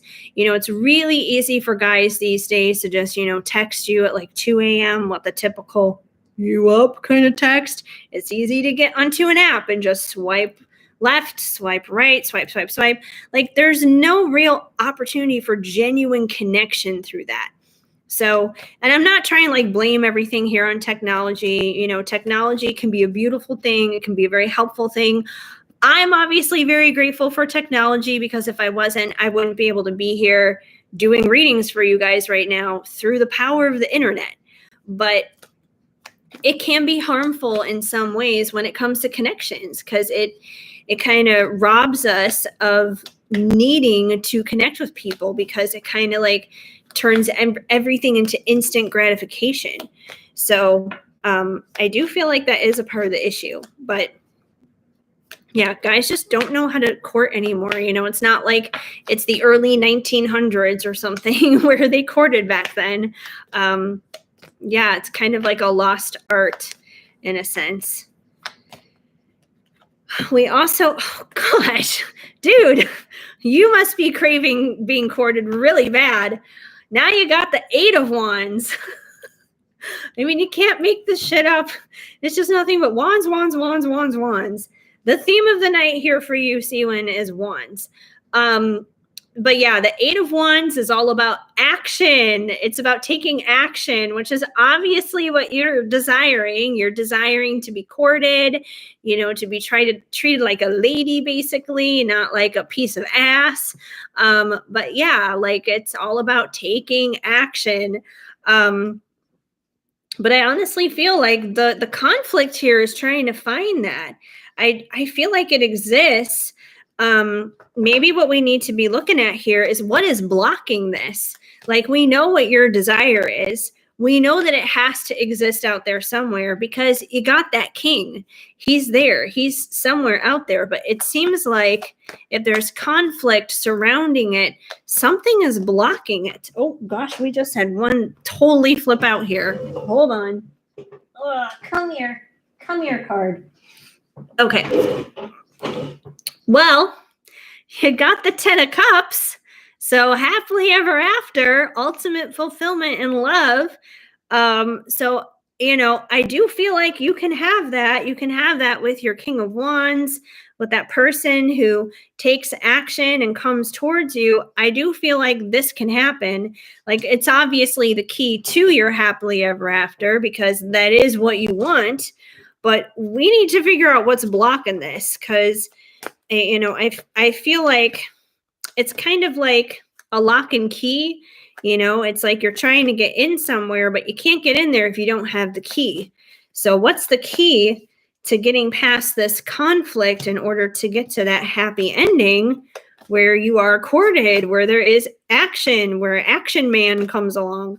Now I feel like I'm talking about a superhero or something. Action Man. I'm Action Man. I date women the right way. It could be like a whole new thing. Something to send to Hollywood, I guess. Oh gosh. Seriously. The Ace of Wands. Oh my gosh, I can't believe this. I've never seen so many wands in one reading ever. So the Ace of Wands is about a new passion, a new beginning, basically, with fire and passions and all that kind of stuff. It can also sometimes symbolize that phallic symbol too, basically. It can kind of represent a one-night stand. But considering we are talking about, you know, what you're wanting in terms of action, I feel like it's more so just more confirmation on you wanting that action. No worries, Anise. We're still here. We're still hanging out. Let's see. I just want to get to the bottom. What is blocking this? What is blocking this from coming along? Because it should be able to come along. So what is blocking this? We got 2 cards here that just flipped out for what's blocking it. Okay, so interesting. So you've got the 8 of Cups, which is about walking away from something. The 8 of Cups usually symbolizes walking away from something that's no longer serving us. It's no longer helping us. It's it's hindering us is what it comes down to. It's blocking us. So I feel like, if all these wands here, let's see, we got 1, 2, 3, 4. You got 4 wands cards going on here. If you want all that action and all that courting happening in your life, it seems like there's something that you need to walk away from. And that doesn't necessarily mean that it's a person or like a physical type of thing, like a job or anything like that. I feel like it's probably most likely some kind of mindset, that there's probably some kind of mindset within yourself that you may be tripping yourself up subconsciously, where maybe you think, someone's not going to charge in, that, maybe you just kind of keep setting yourself up in thinking like, oh, they're always just going to, be all talk. They're always just going to say things. No one's ever going to step up. Like if you keep thinking that, you're going to keep getting that. So it seems like there may be something going on in your mind, which is what the conflict probably is here, that's preventing you from getting to your own happily ever after. So that's what it seems to be. It seems like there's something probably on the mental side here that needs to be walked away from, like a bad mental habit. Emotional baggage. Yeah, well, if it's emotional baggage, drop that shit off, because you don't need to be dragging that into anything that you want that's good and healthy.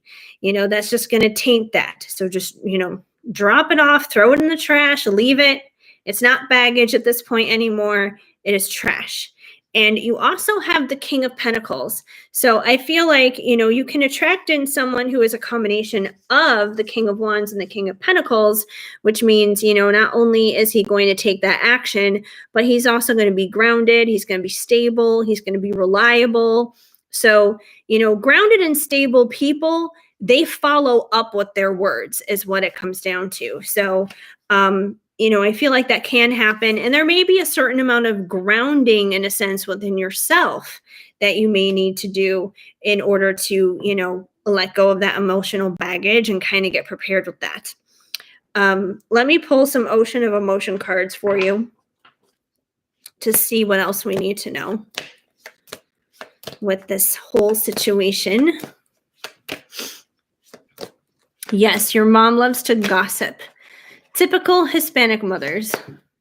Well, it's so funny. Like, I almost thought I was going to be late onto the live tonight because my mom would not let me go to come over here. She kept stopping me every 2 seconds to ask me about this townhouse that I'm going to be applying for. And we just had one pop out, but she kept asking me all these questions. I was like, Mom, I got to go. I gotta go over to the duplex. I gotta get set up. I'm gonna be late. It's driving me nuts. Moms just like to, they like to talk. Okay, so you got faithful. I know we will find our way back to each other in divine time. So I feel like part of this is activating your faith, letting go of that emotional baggage, and in its place, put faith there. Put some faith and trust in the fact that, Action Man exists. The Action Man is going to come along and come in and, back up his words and not just be all talk, but, do what needs to be done. So I think it's really important to just remain in faith over the situation. Let's see what else we have here.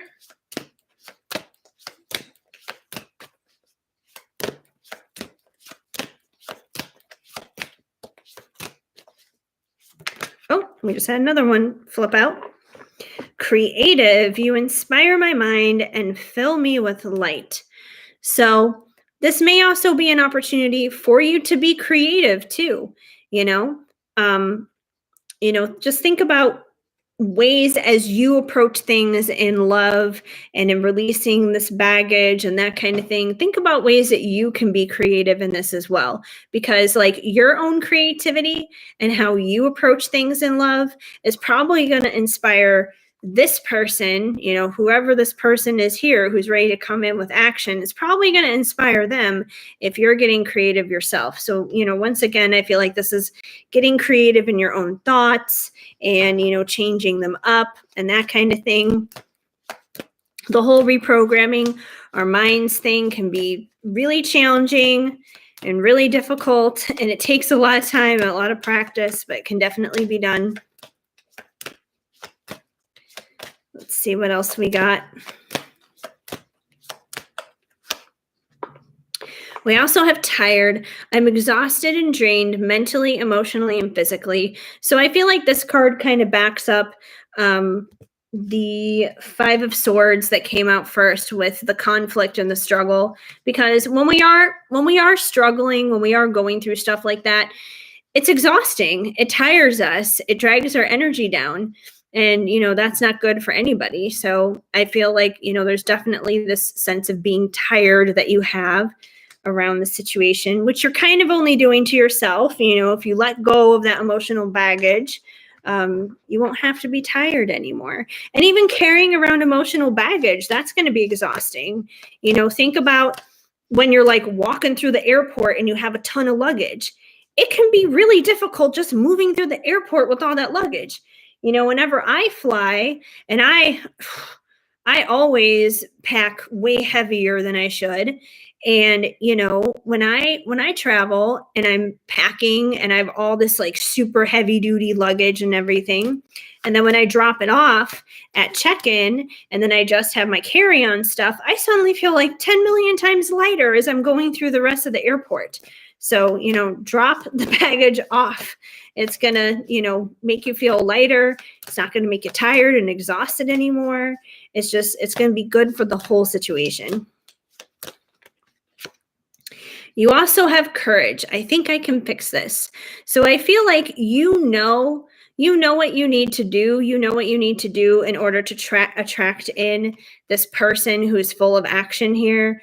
And I feel like you know that not everyone is going to be all talk and that there is going to be someone who's going to step in and do the right thing. So I feel like you haven't necessarily like given up on love or given up on relationships or anything like that as a whole. You know, you're not at that point in life where you're like, I'm bitter and angry at everything and love sucks, blah, blah, blah, blah, blah. So you still have the courage and strength to get through it. We also have anxious. I can't sleep. I don't eat. And I have no sense of inner peace. So I think the most important thing here is with whoever it is that you're dealing with, don't lose your peace over what's going on with another person. If they're, you know, being all talk and stuff like that, don't lose your sleep over it. Don't lose your peace out of that. You know, your peace and your own personal joy is the most precious thing that you have. It's yours. Like, don't let some random person come along and snatch it up and take it away from you and steal it. Hold on to that. That stuff is gold. So, you know, you're in charge of that. Nobody else is in charge of that but you. So don't let these, you know, loser guys who come along and they're just like all talk, and then they don't do anything. Don't let them rob you of your joy is what it comes down to. Don't let them put you into this anxious spot, because when you get into that anxious spot, it's just going to kind of like trigger that emotional baggage stuff to come back up again. And, you know, nobody's got time for that. There's just no time for that at all. Let me get one more here. We have wise. I've found the wisdom needed to change my perspectives, which I do believe you are basically as wise as this owl. You may have to change some perspectives, you know, like I said, when it comes to how you think about things, basically here when it comes to relationships and love and stuff like that. But I feel like once you flip the switch in your own mind, you'll see a switch change in the type of guys that you're attracting. Because if you're attracting only the ones who are all talk and no action, it's because of something going on within yourself, which you already addressed it yourself. It's that emotional baggage. So, you know, where is that card? you walk away from that stuff. You walk away from the things that are hurting you and no longer helping you. And it'll change your perspective. It'll change the way that you're thinking about things, the way that you're feeling about things. It'll make you smarter. It'll make you wiser. And then the next thing you know, you'll start seeing, well, stable guys and action guys coming into your life. And I feel like, and it's funny because you did have so many wands pop out here in this reading. I feel like once the switch is flipped, like these guys who actually like mean what they say and say what they do and all this other kind of stuff, like they're just going to be coming out of the woodworks. They may come out like gangbusters. Like you may be balancing and dealing with several of them at once, and you're going to be like, oh my gosh, this is too many wands coming at me. What am I supposed to do with all these wands? Because you got a lot of them coming at you. So, you know, it's as simple as that. It's as simple as changing your mind, which is usually what it is for most of us. But that's what I got for you, Seaman. Hopefully that was helpful for you. I'm going to jump back over to PayPal because I believe that is where we have everybody else for the night. Go over here to PayPal. Log me back in, please. Thank you. All right, Rihanna and then Melissa. All right, Rihanna, you are up next, my friend. You're very welcome. Yeah, we all need to do some work on ourselves. You know, it's never ending. It's a lifelong process, you know. All right, Rihanna, let me scroll up and see if I can find your question, if you mentioned it already. If not, go ahead and drop it again because I may have to, let's see what's going on here. Scrolling up. No, that's Elizabeth's stuff. Anise, you have so many comments in here. I can't find anybody else's, which is fine. I just think it's funny. Let's see. There's Melissa, but where's Rihanna? Why am I not seeing you? You feeling it now, Mr. Krabs? Very creative name. May you ask a question? Will Jake ever come back to me? What are his feelings about me? Just so you know, Mr. Krabs, because your name is so long, I'm just going to call you Mr. Krabs. I'm doing paid readings only. And since I do not have super chats on my channel just yet, there's instructions on how to do the paid readings in the description down below. So yes, there we go. We got a little crab emoji right there. So basically, all the readings are $10 or under, and I accept payments through either PayPal or Venmo. And you just go ahead and select what type of reading you want to get based out of the options down below. Send that to either the PayPal or the Venmo, and you know, leave your question in the chat, and I'm taking them in order as they come in. So that's basically how this is working, Mr. Krabs. So if that's good with you, just go ahead and make your payment and you'll be in with everybody else. Okay. All right. There you are, Rihanna. Connection check-in with you and John. Okay. Yes. Now I remember it was something about John, but I'm like, I had to scroll back. I was like, where is she? I can't find her. Okay. All righty, Rihanna. Let's see what's going on with you and John. What do we got here with Rihanna and John?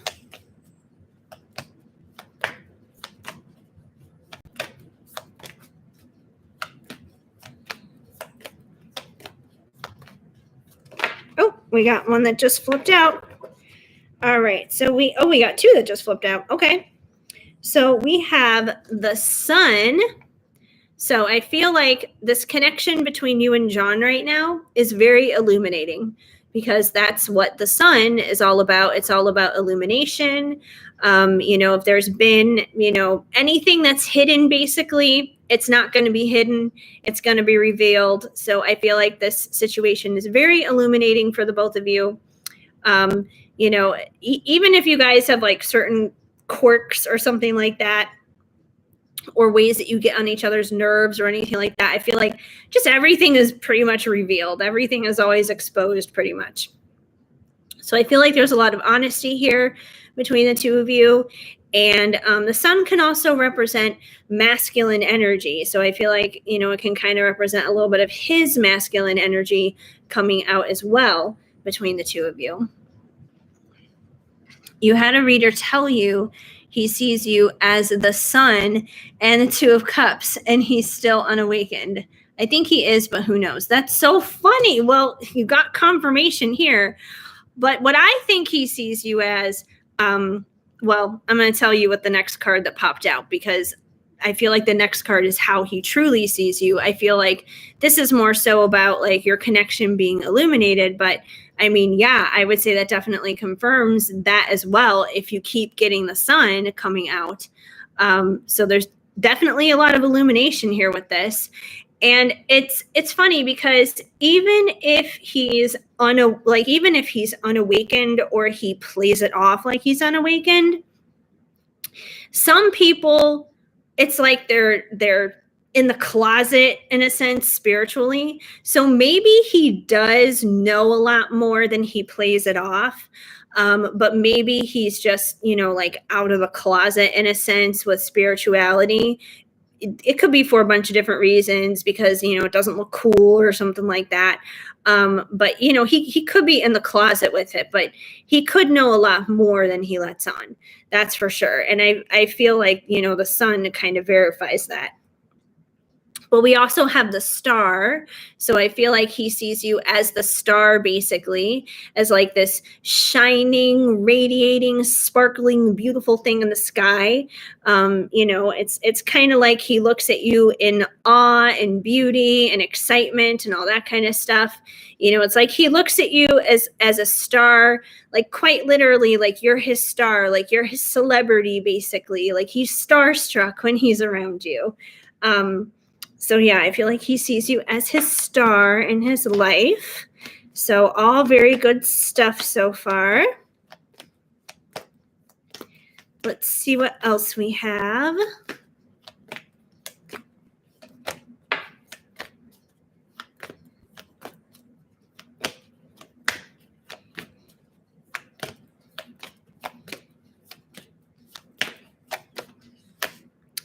Oh, and he also sees you as the Empress. You got the Empress. So he definitely like sees you in very high regards between the star and the Empress. You know, the Empress is the embodiment of all the queens. So, you know, he definitely, you know, holds you in high regards. The only thing I would be kind of cautious with all of this, you know, star energy and Empress energy and that kind of thing is, if he doesn't know his own worth and value, he may kind of put you on a pedestal because, I mean, he clearly thinks you're wonderful and amazing, but, you know, hopefully it's in a balanced way where he's like, oh, you know, Rihanna's up here and I'm down here. Like, hopefully, you know, he sees you guys as equals in that sense, but, you know, he definitely holds you in very high regards. He sees you pretty awesome, pretty amazing.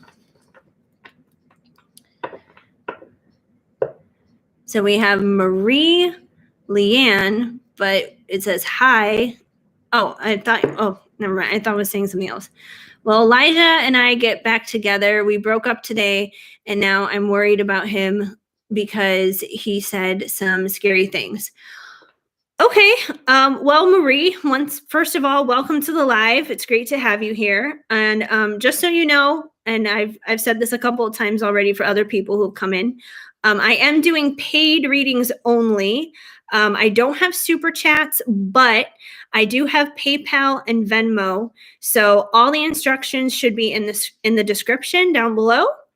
In order for you to, you know, get your reading done and everything. So all the readings are $10 or under, and the different options as to what you can choose for your reading should all be there. And just submit your payment to either the PayPal or Venmo and put your question, or well, your question's already there in the chat.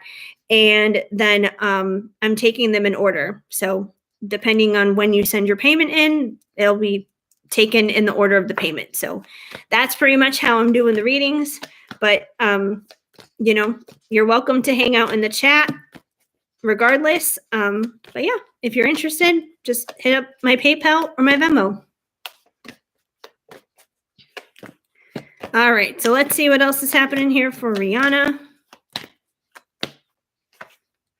We have the Ace of Pentacles. The Ace of Pentacles here. So it seems like there is this new beginning basically here dealing with you guys, and it's very real and authentic. You know, it's also, considering it's a pentacle, it's something that's very much so within the physical world. So I feel like he has like a genuine offer to give you, like a genuine offer of, you know, like going on a date or something like that. It could be proposing marriage. It could be a whole bunch of different things. But most importantly, it's definitely something very real, very much so in the physical world that he definitely wants to offer you. So, you know, this offering of a new beginning.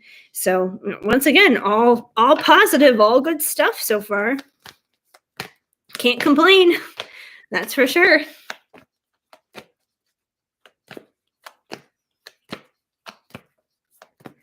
We also have the Lovers. You got the Lovers. Did you say you got the Lovers in the last one? No, Two of Cups.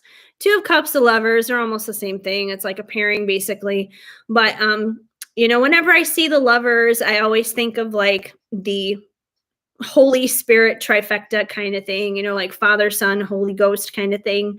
So, you know, it's like I kind of see it as like, you know, you and him, and then it's like there's God hanging out up in the clouds, up above you guys, basically. It's pretty much the best third party situation that you could ever have. So I do feel like, you know, considering you got the Lovers here, I do feel like this is a divine connection, that this is a soul connection, that there is this stronger thing going on between the two of you that's bigger than the two of you. And, you know, considering the other cards that you've already gotten popping out here, you know, they've all been super high vibe, positive kind of cards. So, you know, I would say you definitely have a pretty solid connection here. So that's definitely a good thing. Yeah, damn is right. That's for sure. I agree. Damn, like this is good. It's positive stuff here. So whatever you got going on with John, say keep at it. And you got the Knight of Cups. So, you know, like I know you already got the Ace of Pentacles here, which is like, you know, that very physical offer in the real world between the two of you. But I feel like a part of that physical offer is also going to be him taking action towards you with a cup of love, which, you know, I feel like that's going to go hand in hand with that Ace of Pentacles pretty much. So, you know, I do feel like he is going to take those actions to show his love towards you, to express those things towards you, if he's not doing that already. Hi, Amy. Can you tell me what is in store for my DM and I? Grande. Okay. Well, I can tell you, we mentioned Grande, so you got an order. I will get to it in order as how they're coming in, Amy. So right now I'm on Rihanna, and then after that is Melissa, and I'm assuming after that will probably be you, but I'll have to double check to see where we're at in terms of payments, because I don't know where we're at while I'm doing reading. Let me get one more here for you, Rihanna, and then I'll pull some oracle cards for you. And we have the Six of Pentacles. So the Six of Pentacles is about give and take, basically. You know, this unicorn with the scales here is, you know, giving food to these other two unicorns here that are bowing down to it, pretty much in Thanksgiving, and, you know, just being so incredibly grateful that this other unicorn is, you know, giving them food pretty much. So I do feel like there's an even amount of give and take between the two of you, especially considering all the other cards have been really positive. So I feel like there is an even give and take between you guys, which is definitely a good thing. Let's see. Let me get some cards here for you. let's see. I'm kind of on an ocean and emotion tangent, so we're just going to keep going with ocean of emotion. Let's see what we get. Let's see what we get for Rihanna and John with the ocean of emotion. What's happening here?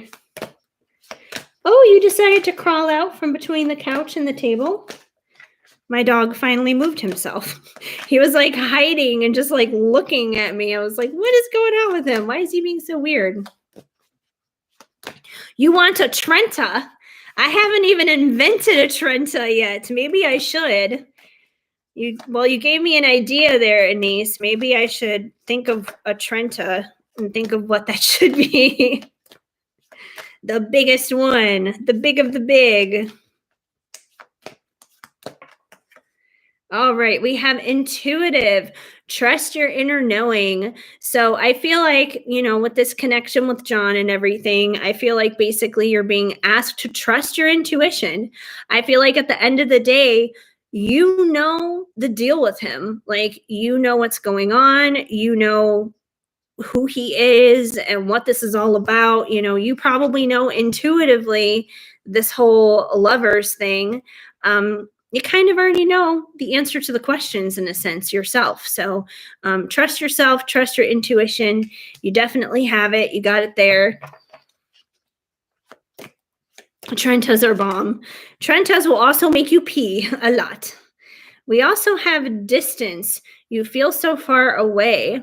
So I don't know if you guys maybe haven't necessarily gotten a lot of time to spend with each other or something lately. Maybe this is like in regards to like social distancing or something like that, or just having busy schedules. But I do feel like it's basically saying anytime that you guys are not spending time together, it's like you both feel it. You both feel that pull on your hearts. You both feel like that twinge, like that little, that not so feeling good, like I don't want to be away from this person kind of thing. So I feel like neither one of you necessarily like the time apart when you do have it, even if it's not very long, even if it's not super distant or anything like that. In separation, that tinge is going to be right there then. But and like I said, I don't think either one of you like it though. That's for sure. Nobody does. Nobody likes separation.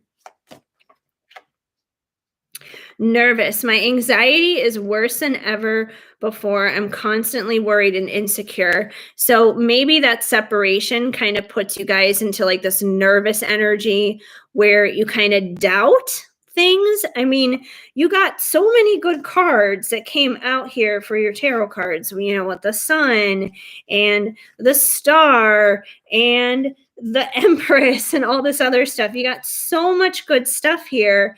I feel like it's really important for you to trust your intuition here, to trust the good stuff, trust your faith over your fears. Don't let nervousness and anxiety get to the best of you, because it can rob you of that good stuff. Not just from good things from happening, but just even like your own internal peace and your own internal joy. And it's like, even if you are in separation, wouldn't it be more enjoyable to at least like enjoy, in a sense, the time that you're separated, and rather than like kind of bitch and moan about it? It's kind of like standing in line to go onto a ride at Disneyland. I know everything goes back to Disneyland for me, but it's like standing in line for the ride. Like, obviously you want to get on the ride, but you can stand there and you can gripe about it and be cranky and be miserable and everything else. Or you can have a good time while you stand in line. You can have a good conversation with the people around you. You can, play games. I can't tell you how many times I'll be standing in line for like Radiator Springs Racers at California Adventure. And I can't tell you how many times people are playing that Heads Up game from Ellen DeGeneres on their phones. But they're doing something with their time. They're making lemons out of lemonade. We all need to do that. So I know we hate it. We hate the separation, but you got to kind of find ways to enjoy where you're at on the way to where you're going.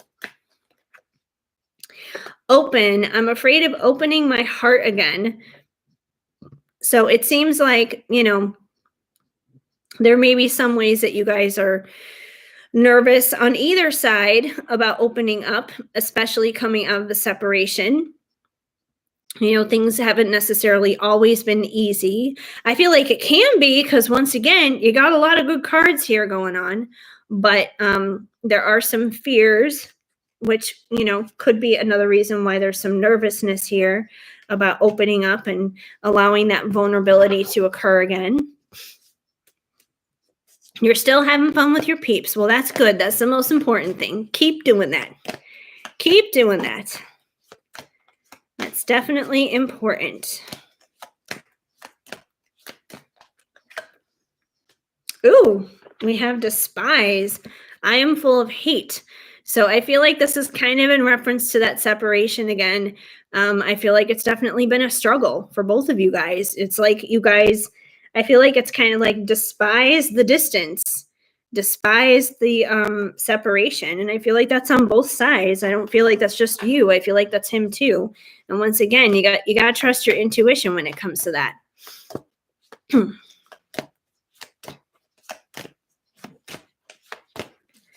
Let me get one more. And we have healing. I know we can fix what has broken. So, you know, even though things are not ideal, things are not perfect and where you would like them to be right now, because you are in separation, I feel like you guys are healing.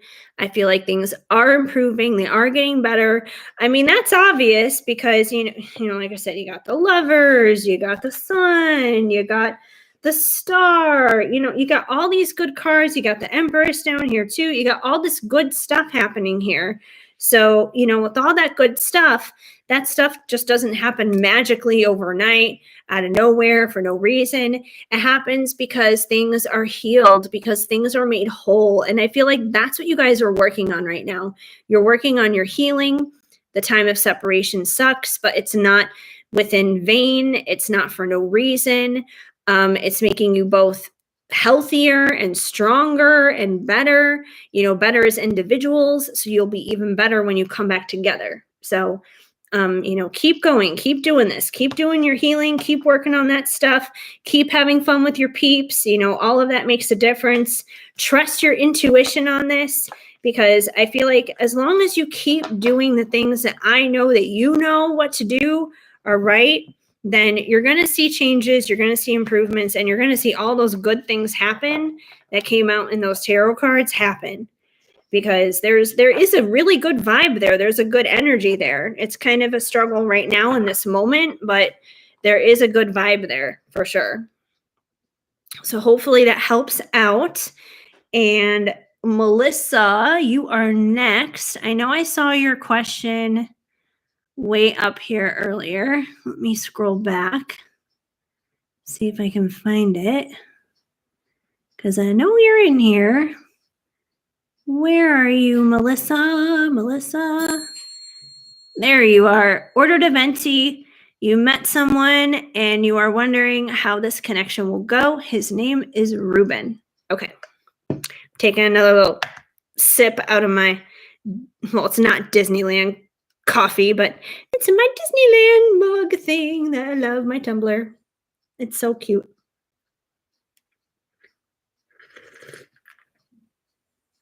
That was a little bit too much.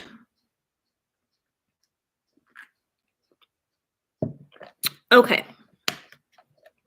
All right. Okay, so Ruben, this connection with Melissa and Ruben, this new guy.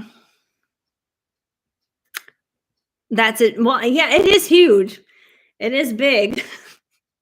A Disney Trenta.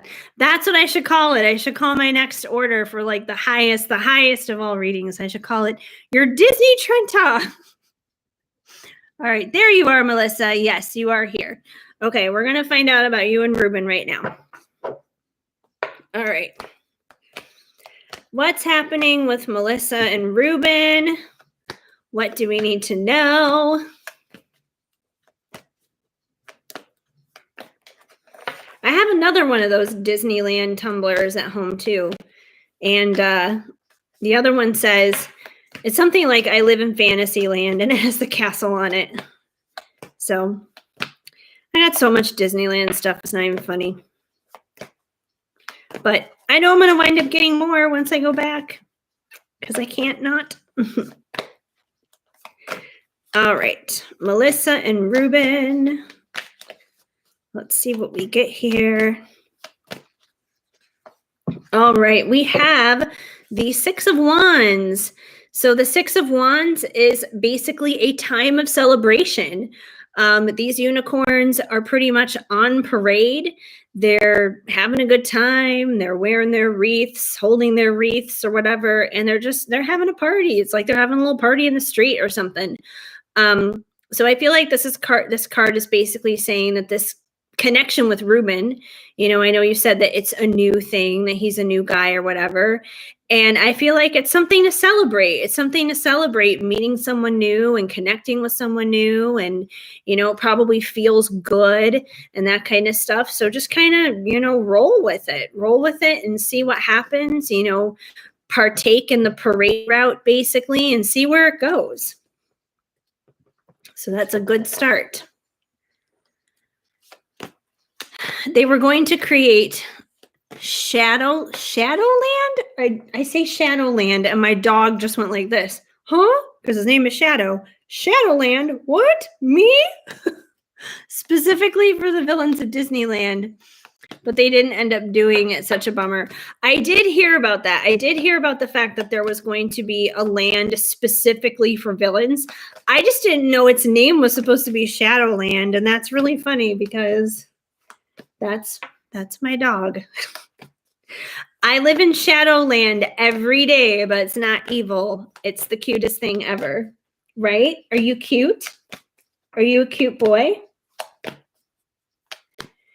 He's just looking at me like, Mom, I want a blanket to lay down on, and he doesn't have one to lay down on right now because all of his stuff is back at the temporary apartment. He's like, what's going on? We also have the Page of Cups. So it seems like Ruben, he has some feelings for you. There are definitely some feels that are there. Because, the Page of Cups, they do have emotion, they do have love, they have a cup of love for you. The only thing about the Page of Cups, though, is they don't necessarily show it or say it. They're thinking about it, though. They're thinking about it. They're not, they're not a knight moving forward in action to necessarily say it or show it, but they are thinking about it. And considering, he's a new guy, it's a new situation and everything, it's understandable why he's, probably just not all word vomiting like, hey, I think you're the most beautiful thing on the planet, blah, blah, blah, blah, blah. But he is thinking it. So he definitely feels some type of way, which is a good thing. You love my hair color? Oh, thank you. You know what? Honestly, it's kind of funny with my hair. I do it myself. And actually, I need to do it again because I don't know if you can tell, but like I got roots growing out here. So I do need to touch this up because this up here should be more blonde. But I do it myself. I just dye my hair myself. And I used to do like pink on like the bottom parts of it and everything, but I haven't done the pink in a long time, but I dye it myself. What is the brand? I get like the Nutrice stuff from like Walgreens. Like that's it. That's literally all I do. Nothing major. So all right, we got the King of Wands. So it seems like Ruben has the potential to be your King of Wands. So, I don't know exactly what his personality is necessarily, but the King of Wands, he is somebody who is very charismatic. He's magnetic. He's got kind of like this big personality and everything. He's not an introvert. He's usually someone who's pretty extroverted, but he's very fiery and he's very passionate. So I do feel like, Ruben probably has these qualities inside of him. If he hasn't necessarily, shown this extroverted side of himself just yet, since this is new, I feel like you'll see it. He also could be one of those people, if he's not showing that to you just yet, he could be one of those people that is just like, he may be a little held back and a little bit more reserved when he first meets somebody. But then, as he opens up and as that person gets to know him and he gets to know them, he may start to let out his King of Wands type of side out more. But I definitely feel like he has some of that going on. And, with that, he's a very passionate person. So I feel like when he cares about someone and he does have feelings for you, that when he does care about someone, he's very passionate about that person and that relationship and that connection.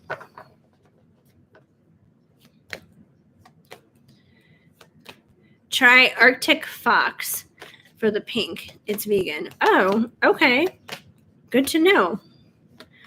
And I always do permanent with the pink though, because if it's non-permanent, like it'll wash out within like one thing. So I usually go permanent with that. But he's very different from what you've dated. Okay, well, maybe different is good.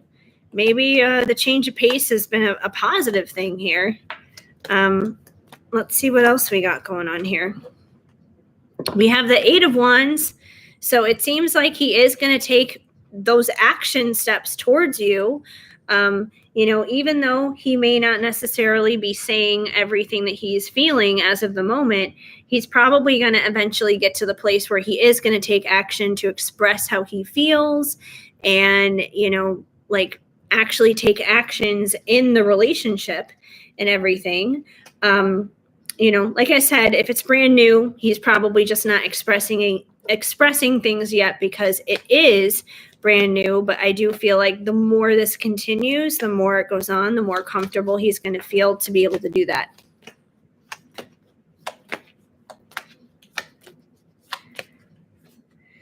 And we have the 7 of Pentacles. So the 7 of Pentacles is all about you reap what you sow. So, whatever it is that you put out there is what you're going to get back. If you're being kind and loving towards other people, then you're going to get kindness and love in return. If you're being an asshole towards people and you're being mean and nasty, you're going to get that back. So I feel like basically when it comes to your connection to Ruben, just keep doing unto him as you would like him to do unto you, kind of a thing. So, if you want him to treat you with love and respect and, kindness and all this other good stuff, do those things to him, be that way with him. And, not only that, but if he's very different from all the other guys that you've dated or whatever, maybe being with Ruben is you reaping the benefits, in a sense, of all the hard work that you went through with all the other previous connections that may have fizzled out and not worked out well. Maybe this is your big reward of kind of figuring it out and navigating this whole thing, in a sense. That's so crazy. He said he lives by the golden rule. Well, then do unto him as you would want done unto you, kind of a thing. That totally makes sense. So obviously, if that's important to him, then that's a good thing to note. Really listen to what he says about that. Because the more that you do that, the more he's probably going to respect you and things will improve and continue to go well. And we have the Knight of Wands. So, once again, we already had the King of Wands come out earlier here for you. And it's funny because you're getting some of the same cards that I know Siwin got earlier for her reading. She really wanted somebody who, wants to take action. And I feel like you have found somebody who is taking action. because, once again, we have him taking action here, him taking action, being driven by passion, by being driven by desire. So, once again, we have more of that coming through here for you. So like I said, he may be kind of holding back on his emotions and stuff right now, but I don't think that's going to last forever. I feel like the more that you do the golden rule with him, basically, the more he's going to open up, the more he's going to take those actions, the more he's going to express himself to you and just, be vulnerable and let those walls down. And we have the Six of Swords. So it seems like you and Ruben have embarked yourselves upon a little journey right now, because, it's basically kind of like we got you and Ruben here sitting in the boat, and it's like, here's God behind you guys directing the path of the boat. God is the one with the oar, not you two.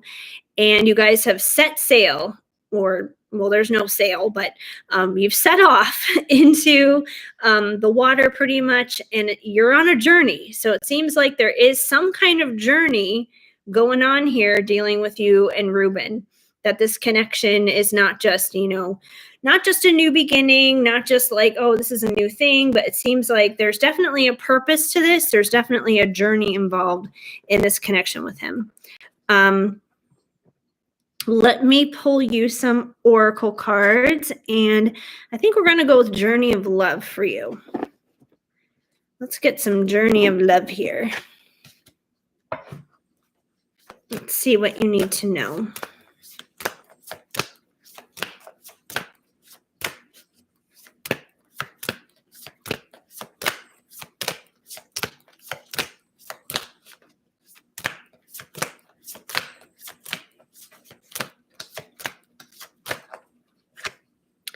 We have, I just want loyal companionship, completion.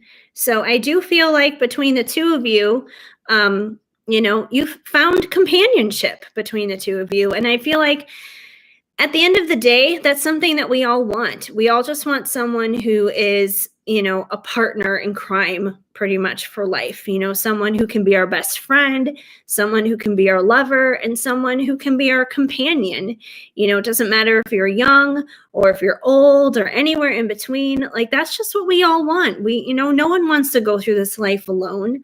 No one wants to do that. Everybody wants, a partner, basically. It's something that we've been trained to do since we were little.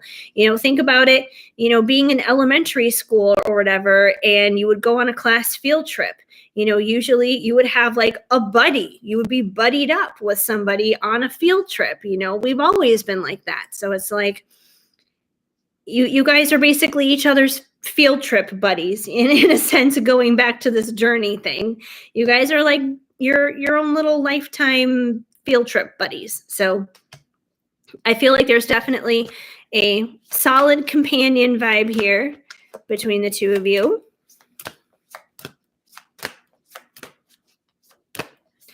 Let's see what else we get.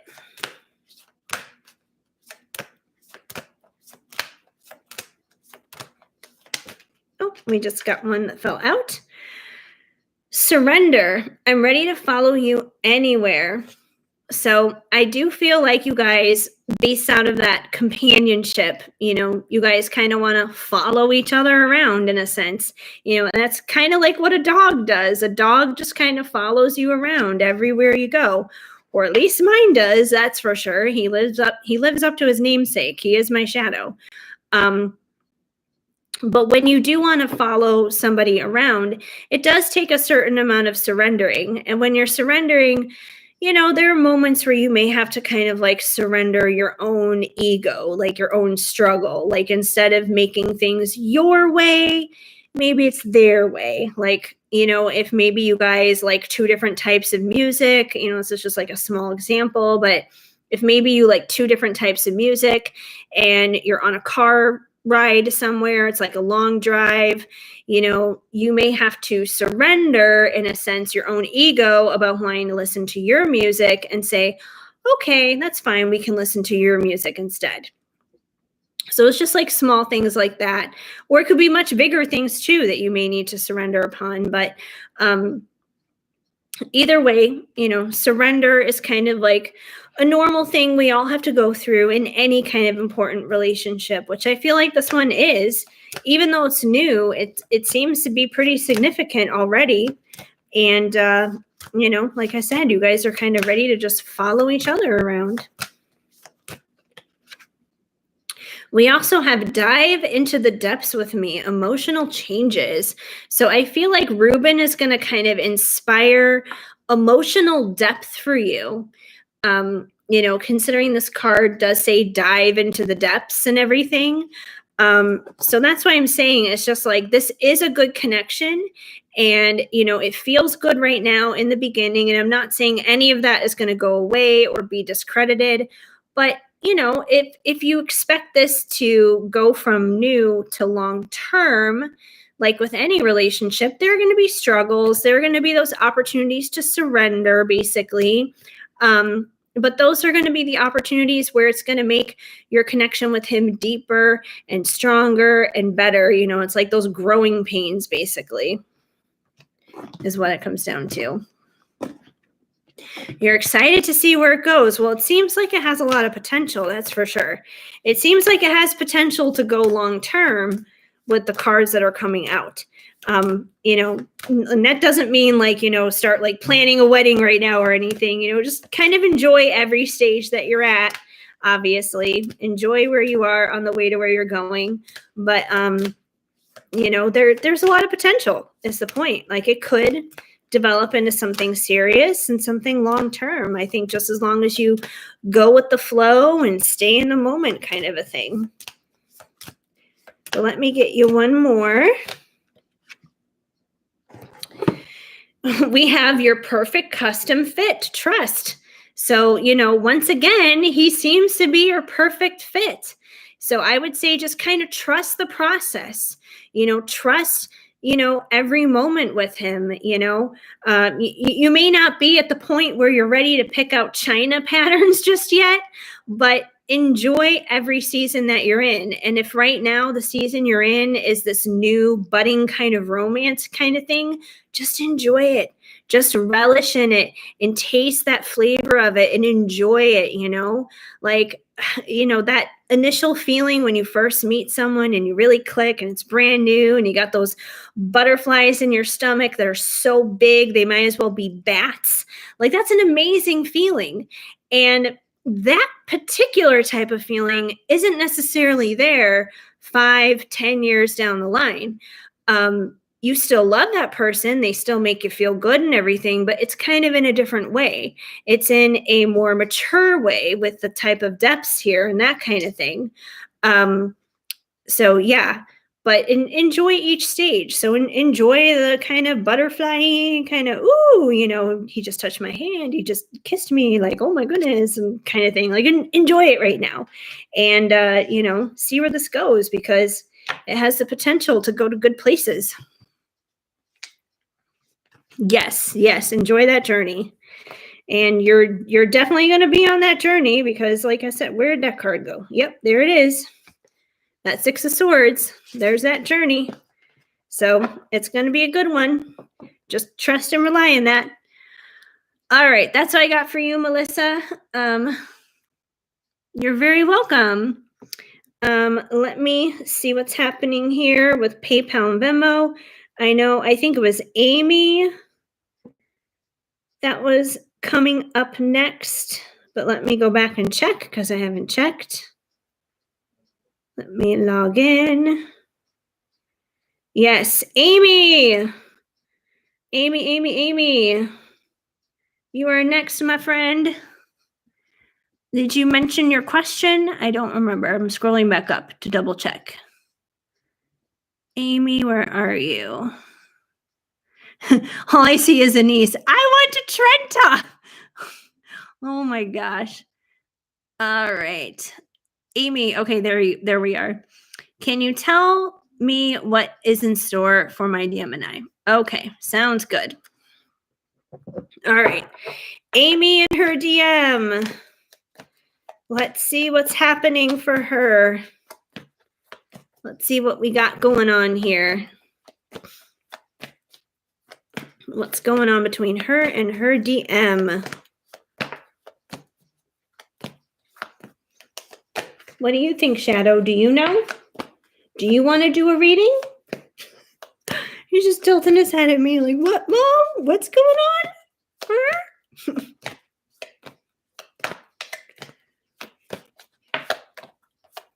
All right, first card out, we have the 9 of Wands. So it seems like you and your DM have probably been through the ringer quite a bit.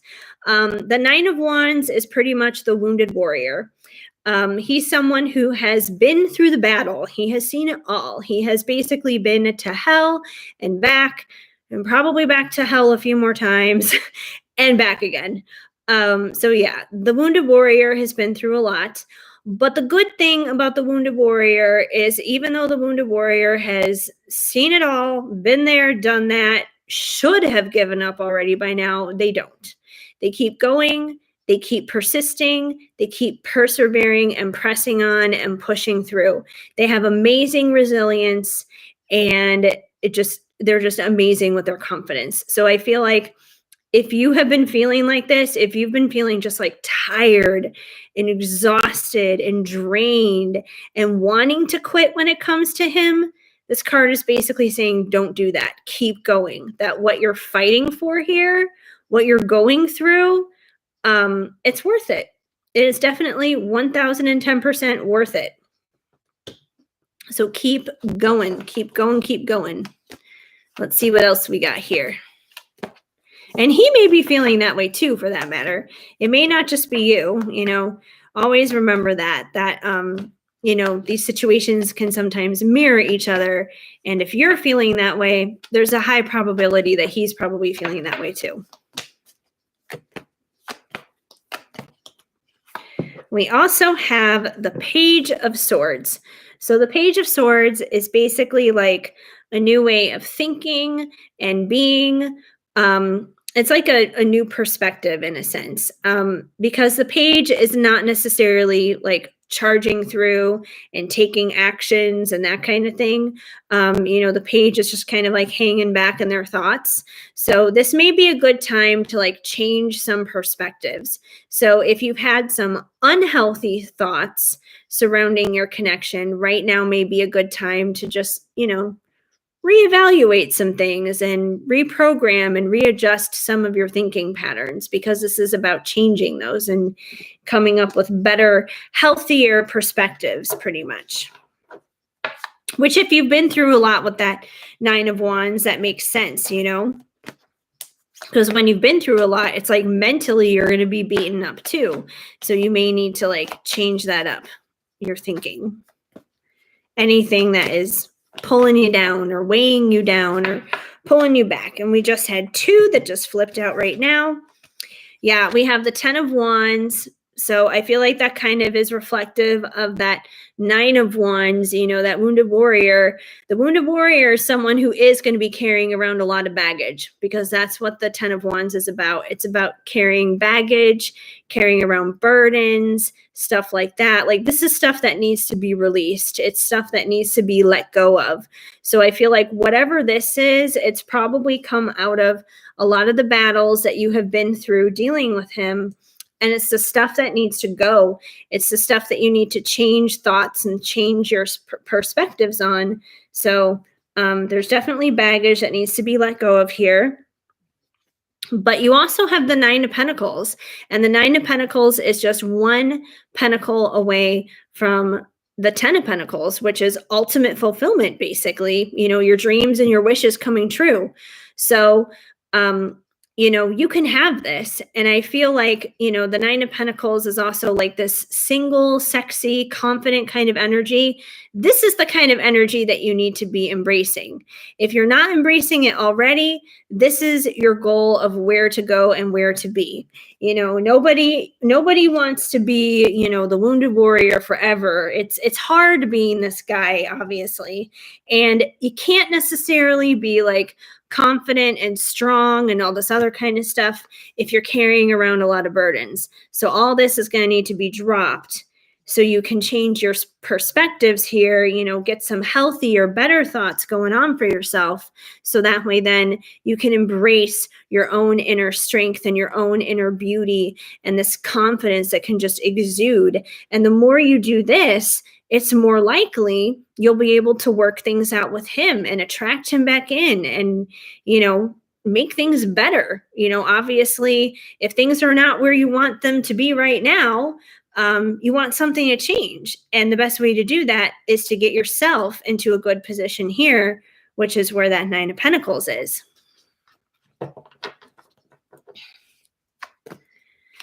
Yes. Okay. All right. So I take it this is resonating and making sense. That's always a good thing. Let's see what else we get here.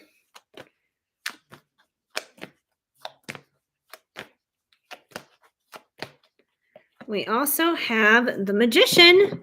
So the Magician is able to create whatever life it is that he wants for himself. And I feel like, once again, this is something that you need to start doing when it comes to you and your DMs specifically. The Magician has all the tools in front of him at his availability to be able to do whatever it is that he wants. He's got the wands, he's got the swords, he's got the pentacles, he's got the cups, he's got everything that he needs.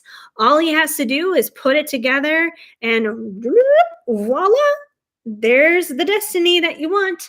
So be the magician in your own life. Be your own magical manifester. You can make it happen for sure. So, and the only way that you can do this is by, once again, dropping these burdens that you're holding on to and, pushing through past the pain, basically.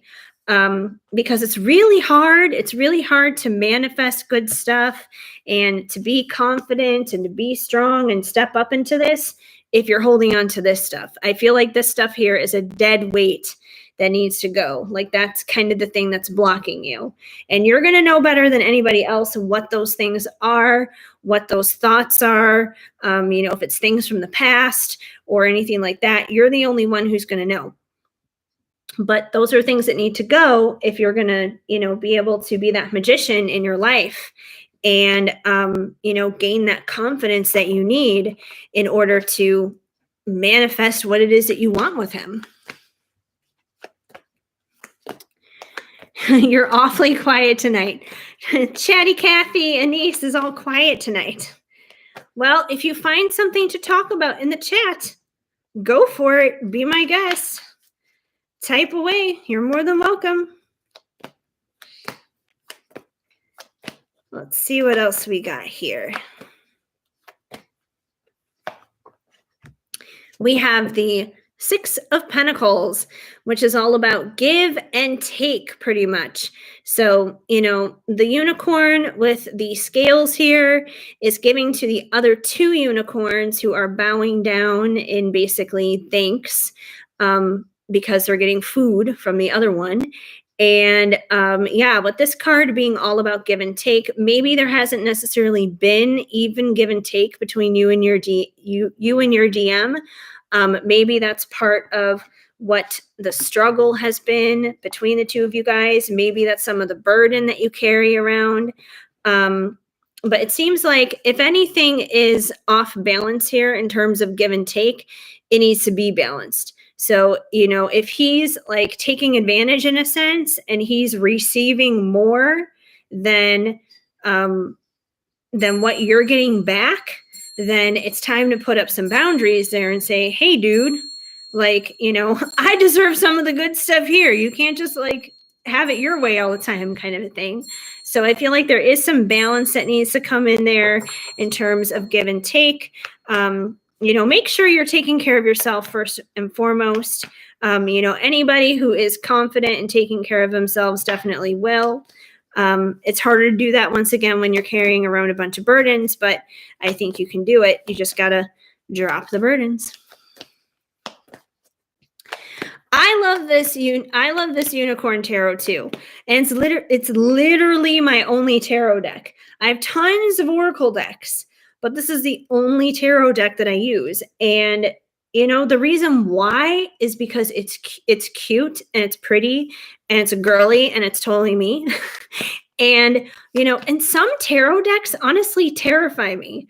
Like the pictures on them are just like, they're terrible. They're scary. And I'm like, no, I don't want scary ones. I want the pretty unicorns. There's only one card in this deck that I don't like at all. And that's the Ten of Swords, because it makes the unicorn look dead. Well, it is dead basically, because it's got all the swords in it and the unicorn's like bleeding out. And that's the one that I hate the most, because I just don't want to see a dead unicorn. So yeah. But this is a really good deck. I got it off of Etsy.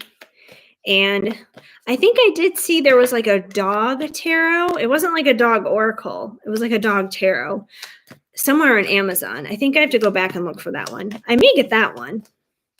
I'm very picky about my decks. We also have the moon. So the moon is all about tapping into your intuition, basically. And it can be about secrets and stuff like that. But if there are any secrets, if there are any things that are hidden, tapping into your intuition is going to help you figure out basically what the what is on things. And the moon in the tarot can also symbolize feminine energy. So, tap into your own divine feminine energy during this time, because that's going to be helpful to you as well. It's intuitive, it's receptive. So, this is definitely a time to do that. Go within and tap into that divine feminine side within you. So, yes, indeed. Yeah, exactly, Amy. They're kind of intimidating. I'm like, I can't. Oh, you have a lot of them? Morgan Greer, Easy Tarot, Original Writer Tarot, and Tarot de la Nuit. I found them on Wish. Oh, wow. I've never gotten anything off of Wish, because I always see like those horror stories of like, I got something off of Wish and it was like a totally morphed, awful version of what it was supposed to be. So I've never gotten anything off Wish, but that's amazing if you got that for like such a good deal and it was legit what it was supposed to be. That's so funny. But yeah, I feel like everybody has like the Writer Tarot or uses it. Like that one's super common. We also have the Five of Swords, which kind of makes sense with what has been going on with the theme here. The Five of Swords is about conflict, struggle, that kind of thing, which makes sense because, we've got that Nine of Wands here of having been through struggle. Somebody who has been carrying around a lot of burdens is obviously coming from a place of struggle and conflict. I feel like a lot of this is internal turmoil. So once again, we got some stuff there that needs to be worked out.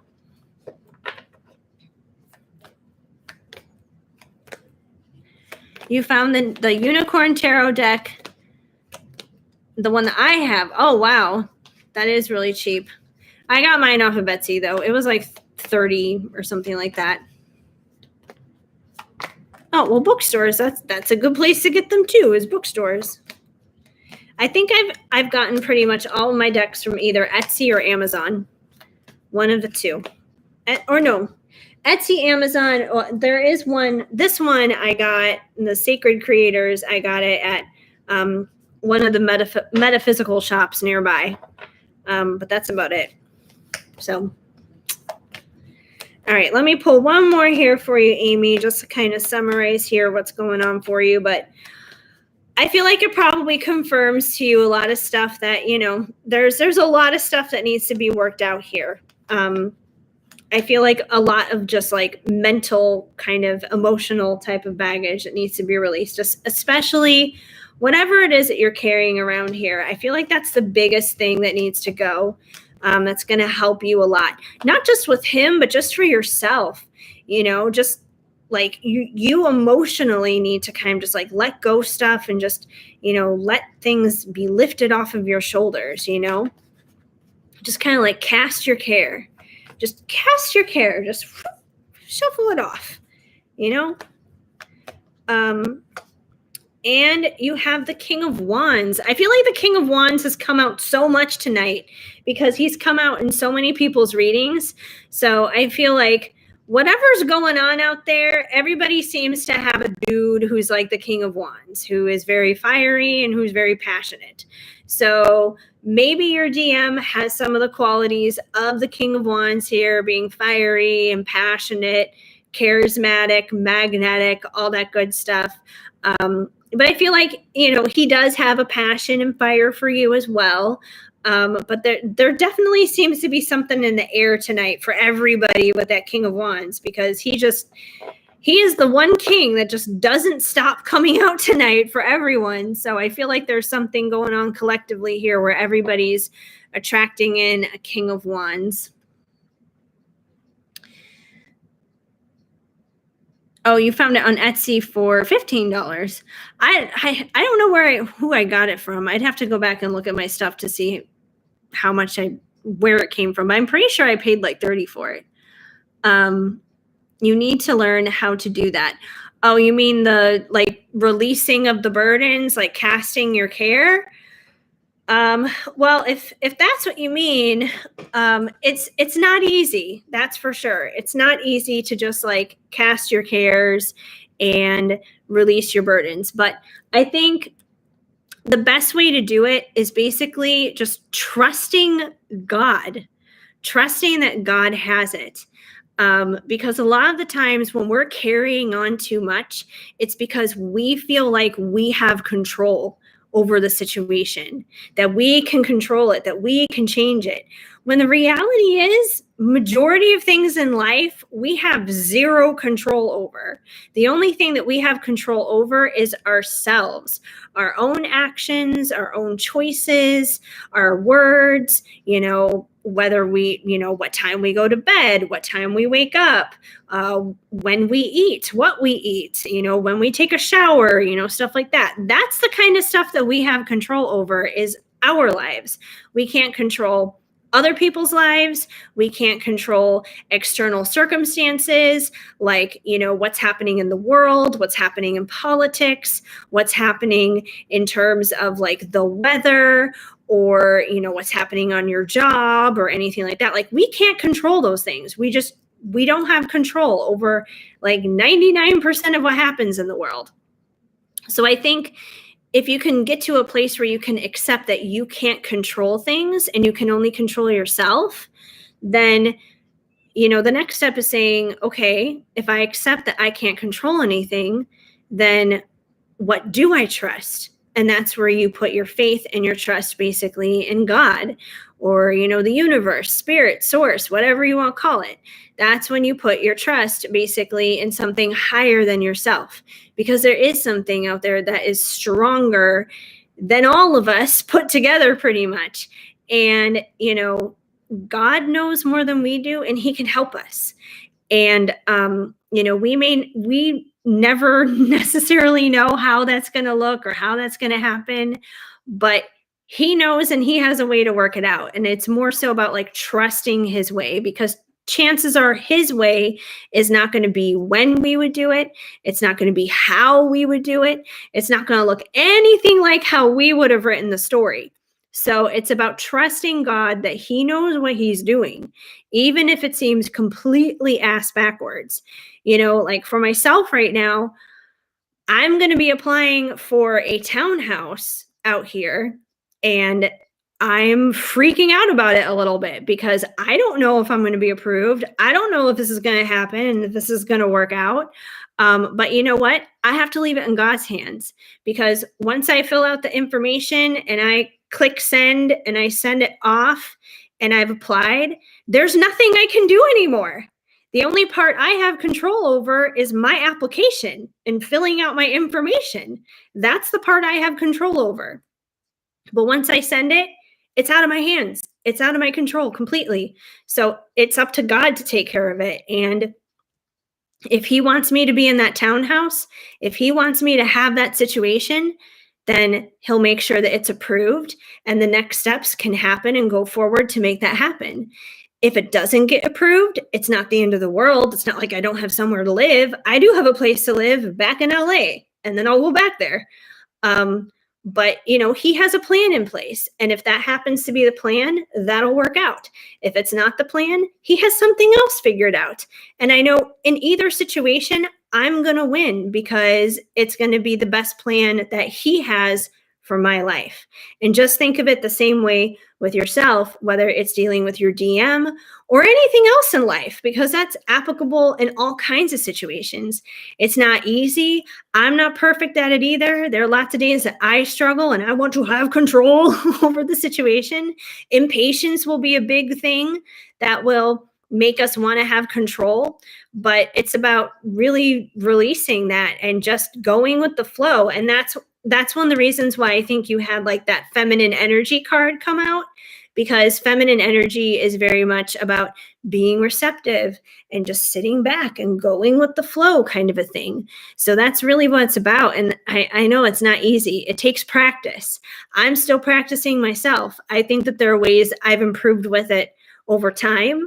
If I look back at where I was, a year ago or 2 years ago, I'm better now than I was then. But another year from now, another 2 years from now, I'll probably be better than where I'm at today. So it's a nonstop ongoing process.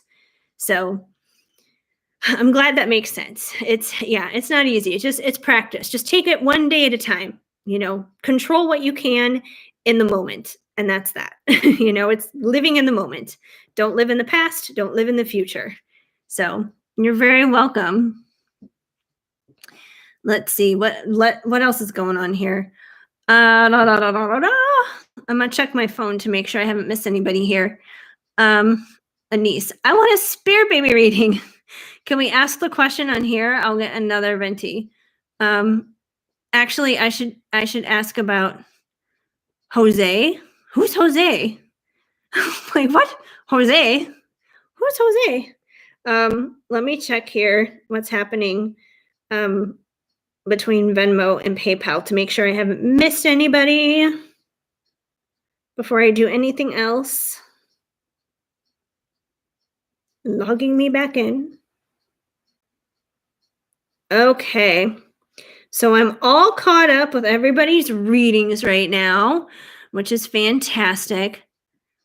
Oh, the guy who comes in and out of your life. The one who wants to go out for drinks. Well, it's up to you, Anise. If you want to order another reading, you can, whether it's about spirit babies or whether it's about Jose. I mean, that's totally up to you. He says he thinks about me when he's alone. I am the only person he thinks about. Wow. Well, that's intense.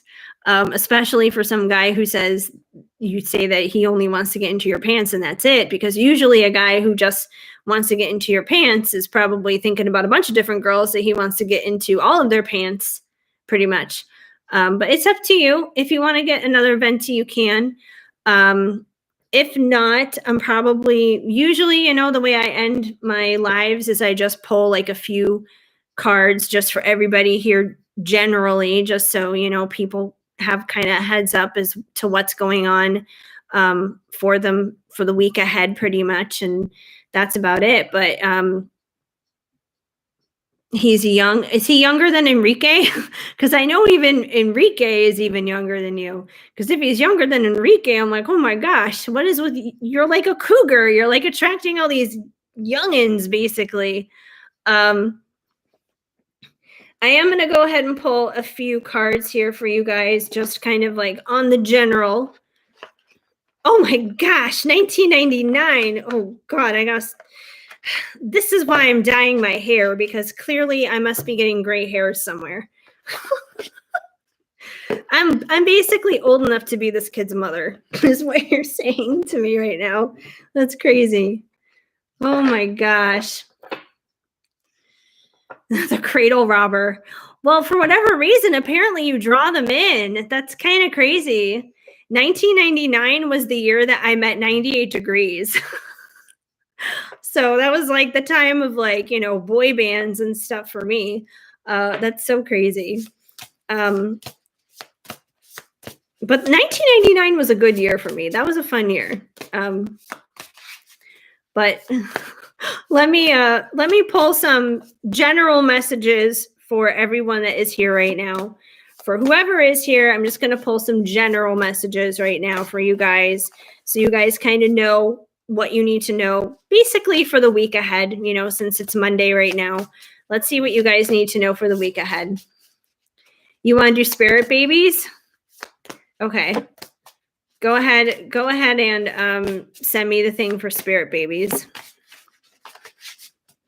I'll go ahead and do your reading first, Anise, and then when I'm done with your spirit baby reading, I'll go ahead and do a wrap up thing here for everybody with the general here, because I still want to do that for everybody who is here at least. But so you just want what, like messages from your spirit babies, I guess? Whatever information you need to know about your spirit babies. All right, there's the PayPal that went through. Okay. Let's see what we need to know for Anise with spirit babies. Spirit babies. And it's so funny because I did a pick a card messages from your spirit babies like a couple weeks ago or so. And I'm so surprised, like that video is done pretty well. I don't know what the algorithm was up to with that one, but people just keep coming in for those spirit babies. The cougar thing. Well, yeah, I mean, they're all younger than you, so it's kind of funny.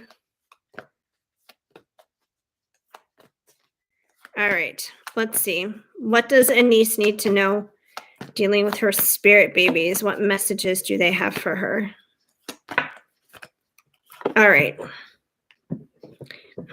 Interesting. So you got the 8 of Cups here, which is about walking away from something.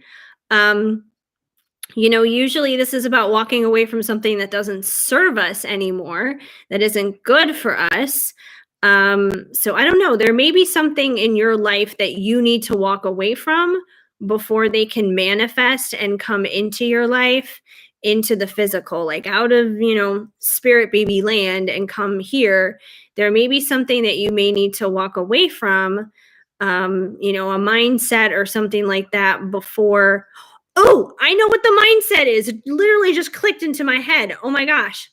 The mindset is you panicking about having babies because, you got your clock in there screaming at you, going, hey, Anise, like, come on, it's time to have a baby. You need to start walking away from that mentality, because the more you focus on that, it's like the further out of reach you're putting those babies. You're keeping them in spirit baby land by thinking that, rather than just, going with the flow and being like, okay, well, when they come, it's all good. And like, have you ever heard those stories like of women, for example, where they have fertility problems and that kind of stuff, and they're trying to get pregnant and they're trying to get pregnant and they're trying to get pregnant, and for whatever reason, they're just not getting pregnant.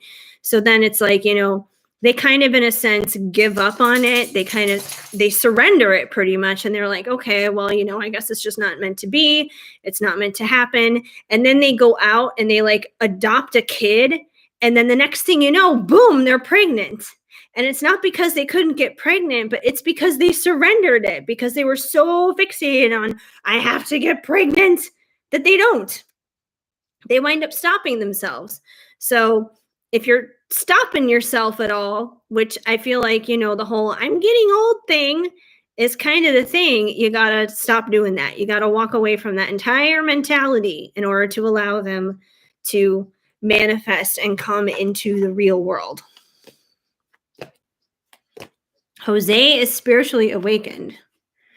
Could it be Enrique? Well, I don't know. We're just finding out whatever it is you need to know dealing with the spirit babies. I don't know if it's going to tell us who the daddy is. I mean, this isn't Maury. So we'll find out. We'll see whatever it is that we need to know.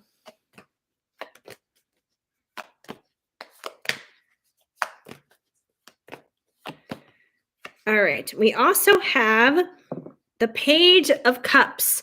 So I feel like this is basically like your spirit baby having a lot of love for you, that your spirit baby has a lot of love for you and it wants to give you that love, but it's not able to do that in the physical yet, taking action towards you with that yet because it's not physically here yet.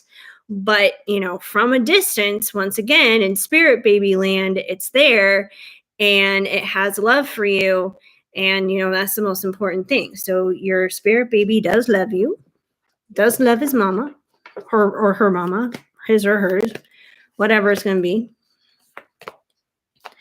Oh, no, I was not picking up the Enrique thing at all in there. Like the thing that went off in my head was the whole, I got to have a baby. I got to have a baby. I'm running out of time thing, because we had that conversation.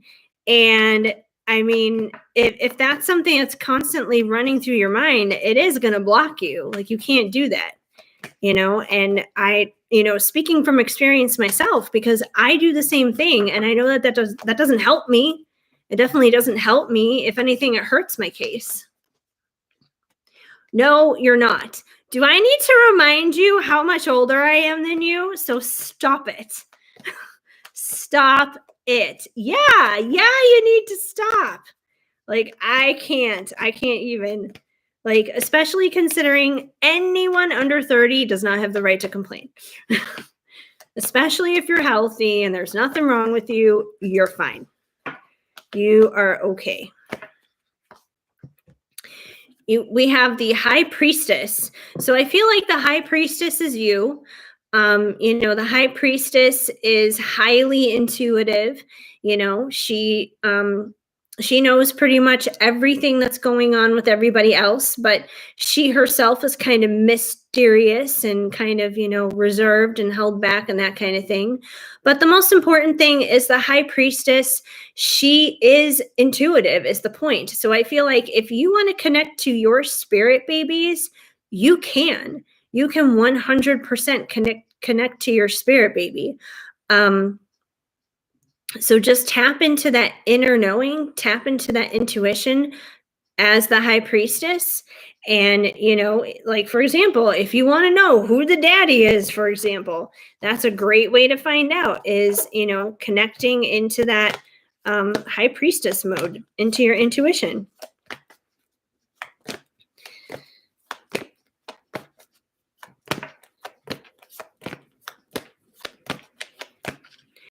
We also have the Fool. So I feel like the Fool is basically asking you here to just take a leap of faith. Take a leap of faith when it comes down to having this baby. Because the Fool, and it's kind of funny,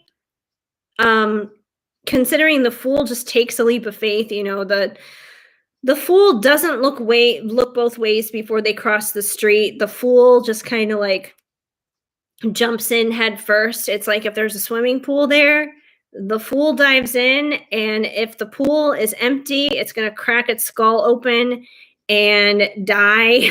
And if the pool is full of water, then it's fine. It's going to swim, but it still dives in anyways. It doesn't care about the end result. So with this card coming out, I kind of feel like this Fool card is almost saying, like, you're probably going to wind up diving in with some guy. You're going to take that leap of faith and do it. And voila, here comes baby. So it may be kind of like this unexpected surprise kind of thing that happens. It may not necessarily be planned, at least at the moment that you think.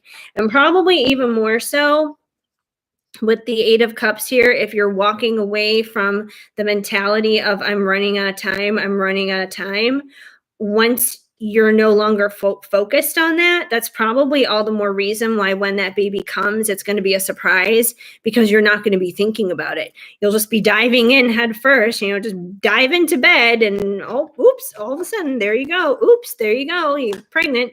So do you remember the dream I told you about the karmic having boys? It's actually a connection to the reading I got. Oh, that is interesting. You'll listen to the voice messages later. It's crazy. The cat there is Candy, the cat. Oh, yeah, you're right. I just noticed I'm like the cat. Like, what cat? Where? What cat? Oh yeah, you're right. Well, either way, Candy's there with you, so that's a good thing. By your side, super loyal as you dive in. But I will check out the voice messages later and we'll see what comes through. All right. We also have the Ace of Pentacles. So the Ace of Pentacles is, about a physical offer being made, very physical 3D kind of offer in the real world. So I feel like in regards to this, this is basically confirming that, your spirit baby will manifest into being a real baby because, that's what pentacles are. They're like, it's a very real, tangible thing. So I feel like, your spirit baby, it's almost kind of like, imagine like your spirit baby is over here right now in the clouds. Like this is spirit baby land.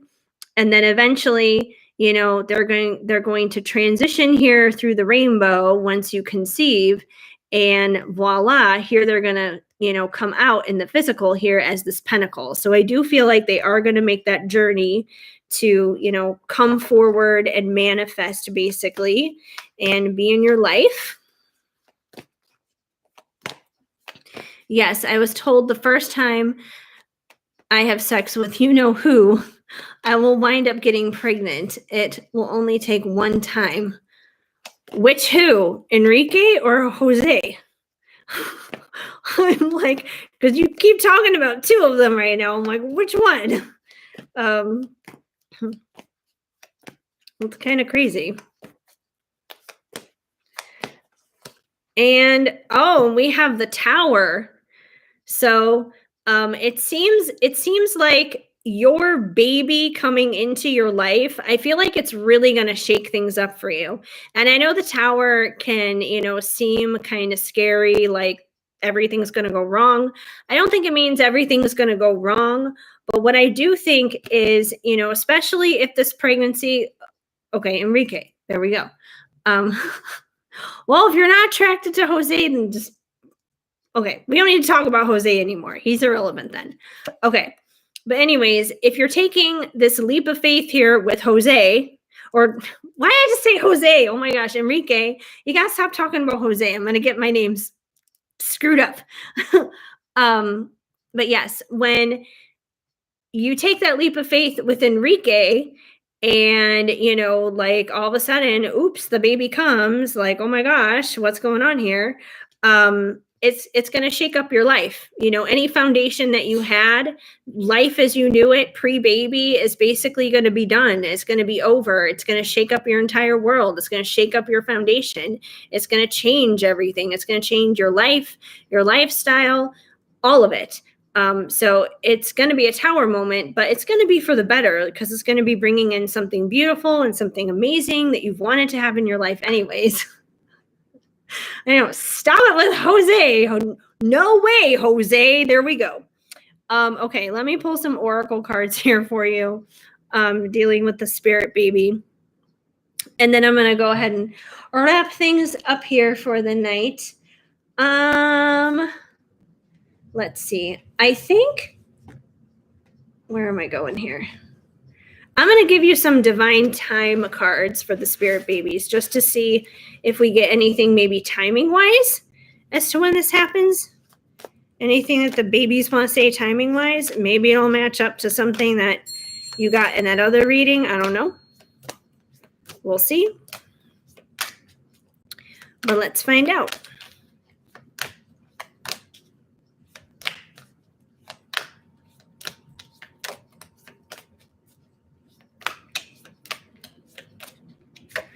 We have any day now, complacency, expect to be wowed.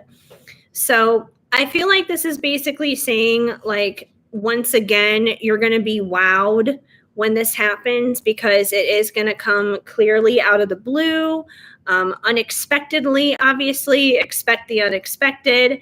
I wouldn't necessarily go with any day now because obviously Enrique has to, change a lot of things. I don't think it's going to be that fast, but I do feel like, yeah, it'll be quick when it happens, but your jaw is gonna hit the floor when it happens. You're gonna be like, oh my gosh, like I was not expecting this kind of a thing. So you definitely got that. With Jose, I wanted to know what his deal was, but never mind. Well, I mean, if you order another one, I can check in on Jose too. That's not an issue. I mean, I can stay on and I can still do that.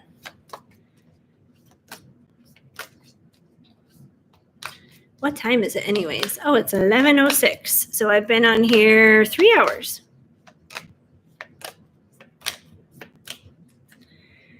We have give it a week. Don't become weak. So once again, I don't feel like this is going to happen like in a week.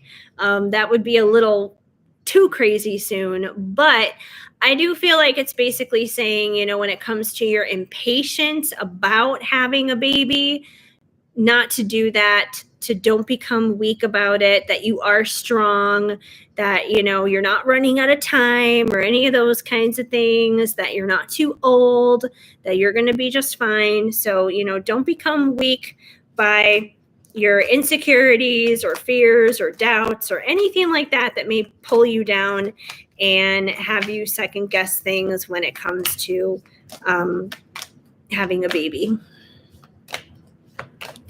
No, it's okay. Maybe within the week he comes back and I'll end up I mean, it's possible. Yeah, I mean, anything is possible. It could happen within a week, but I'm just saying based upon knowing how he is with all the stuff he has to work through, because of that, it may take a little bit longer.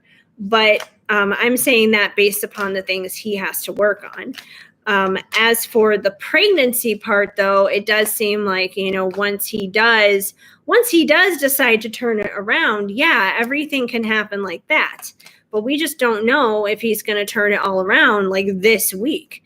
It could happen, but, I wouldn't sit there like just betting $1 million like it's going to happen this week, because it may not happen this week. It could happen next week or next month, like just chill, just go with the flow, whatever happens, kind of a thing.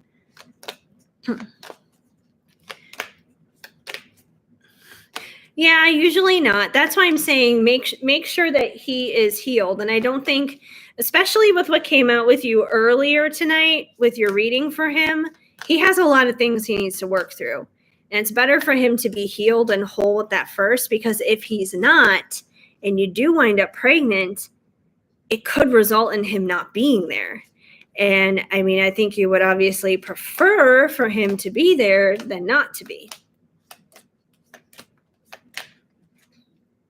We also have expect an upgrade within the decade. So when it comes down to, having babies, having a family and all that kind of stuff, I do think you will be building your family over the course of the next 10 years. So, you'll start with one and, maybe later on down the line, a couple of years or so after that, you'll have another. And, it's just going to be this natural progression, basically, of seeing your family grow, which is not unusual. It's common for most people that, you'll see your family grow, kind of a thing. So you will see that happen over time. Let me get a couple more here for you. And if you don't want to do the Jose question tonight, that's fine. But, I'll always be back for my lives. I should be here on Friday. At least I'm planning to. So if you want to find out on Friday, you can find out on Friday about why Jose is the way Jose is. We also have deceiving. They might be back, but honey, they whack. So I feel like this is kind of picking up on what we were just talking about. Like if Enrique were to come around to you now, and if you guys had sex now, and you got pregnant now, it would be whack. It probably wouldn't be good because he probably, like, honestly, he probably wouldn't be there because he would be unhealed. He wouldn't be ready to stand up and be supportive as a partner to you because he obviously is a partner to somebody else, somewhere else. And also because, he still has all these problems and all these issues that he's working on and he's working through, basically. So he wouldn't necessarily be available to be there. And that may wind up resulting in him pretty much not stepping up and being a father. He may not be prepared then to be a dad if he's that unhealed. So I feel like, if this were to happen now, it wouldn't be a good thing. So, once again, you need to wait on that. Like you may wind up pregnant right off the bat when you have sex with him, but I don't think that's a good idea to be having that happen now. He needs to go through his transformation and change those things basically before that can happen. Hi, JB. Welcome to the live. I was actually just going to be wrapping up here with Anissa's question. But if you do want a reading, you can submit a payment for a reading because I am doing only paid readings before I do wrap things up here. The description down below should tell you everything you need to know about payments for readings since I don't have super chats. I accept payments through PayPal or Venmo, and all of the readings are $10 or under, depending on what it is that you order. No worries at all. No worries at all, JB or GB. I don't know why I keep saying JB. GB. But yeah, if you want to, before I wrap up, I'm finishing up this reading for Anise, but I can do one for you too after I'm done with Anise's question. And okay, it's no problem. I'll be back on Friday night if you want to come on by for a live then, and then you can get a reading in. Totally cool. Feel free to subscribe and all that other stuff. If you subscribe and hit the notification bell, you'll know every time I go live, and then you'll be like right away. Because it's always easier to get in on these as early as possible so you can get your question in. And I go live every Mondays and Fridays at 8 p.m. Central Standard Time. That's when I start. So there you go. Understandable. YouTube can be confusing, especially when you're brand new. But it's a whole other world here, here on YouTube, but you'll get the hang of it. Either way, I appreciate you stopping by and joining at least. It's definitely cool to have you here, and I would love to have you back so I can actually, do a reading for you on a different live. All right, Anise, let me pull another one for you here about the spirit babies. Hi, Leith. How are you? And it's very nice to meet you too. All right. We have sleep. Dreams will reveal what is true and who is real. So I feel like this is probably automatically going to resonate here for you, Anise, because I know you've been, having the dreams and everything. And I know I have yet to listen to your voice messages about what that other reader said about like the baby dreams and all the other kind of stuff and the karmic situation. But definitely pay attention to your dreams because there is significance in there, whether it's connected to the spirit babies or the karmic thing or whatever it is. Pay attention to your dreams. You're not going crazy. It's definitely a real thing there. Let me pull one last one here for you, Anise, and then I think I'm going to wrap things up. Since I have been on here for 3 hours and 17 minutes. The last one is this a joke or is it a play? That's what you'll say on this crazy day. So I feel like on that crazy day when you pee on the stick and you find out you're pregnant, that's pretty much what you're going to be saying. You're going to be like, is this for real? Is this a joke? Am I really pregnant? What's going on here? Because it is going to be such a shock. It's not going to be planned. It's going to be totally surprising, especially if it happens off of, a one-time thing. It's going to be pretty shocking. So I feel like that definitely confirms that. But hopefully that gives you a little insight there on the spirit baby thing, as well as maybe some further confirmation on that other pregnancy reading that you got earlier from the Etsy reader. But like I said, I'm still going to pull a couple of cards here from the Sacred Creators Oracle, just for whoever's left in here, because I know there's not many people in here now at this point, but I'm just going to pull a couple of cards just so everyone has a little bit of a message as to what they need to know going into the week ahead, of what you guys need to know. So just a quick little message here.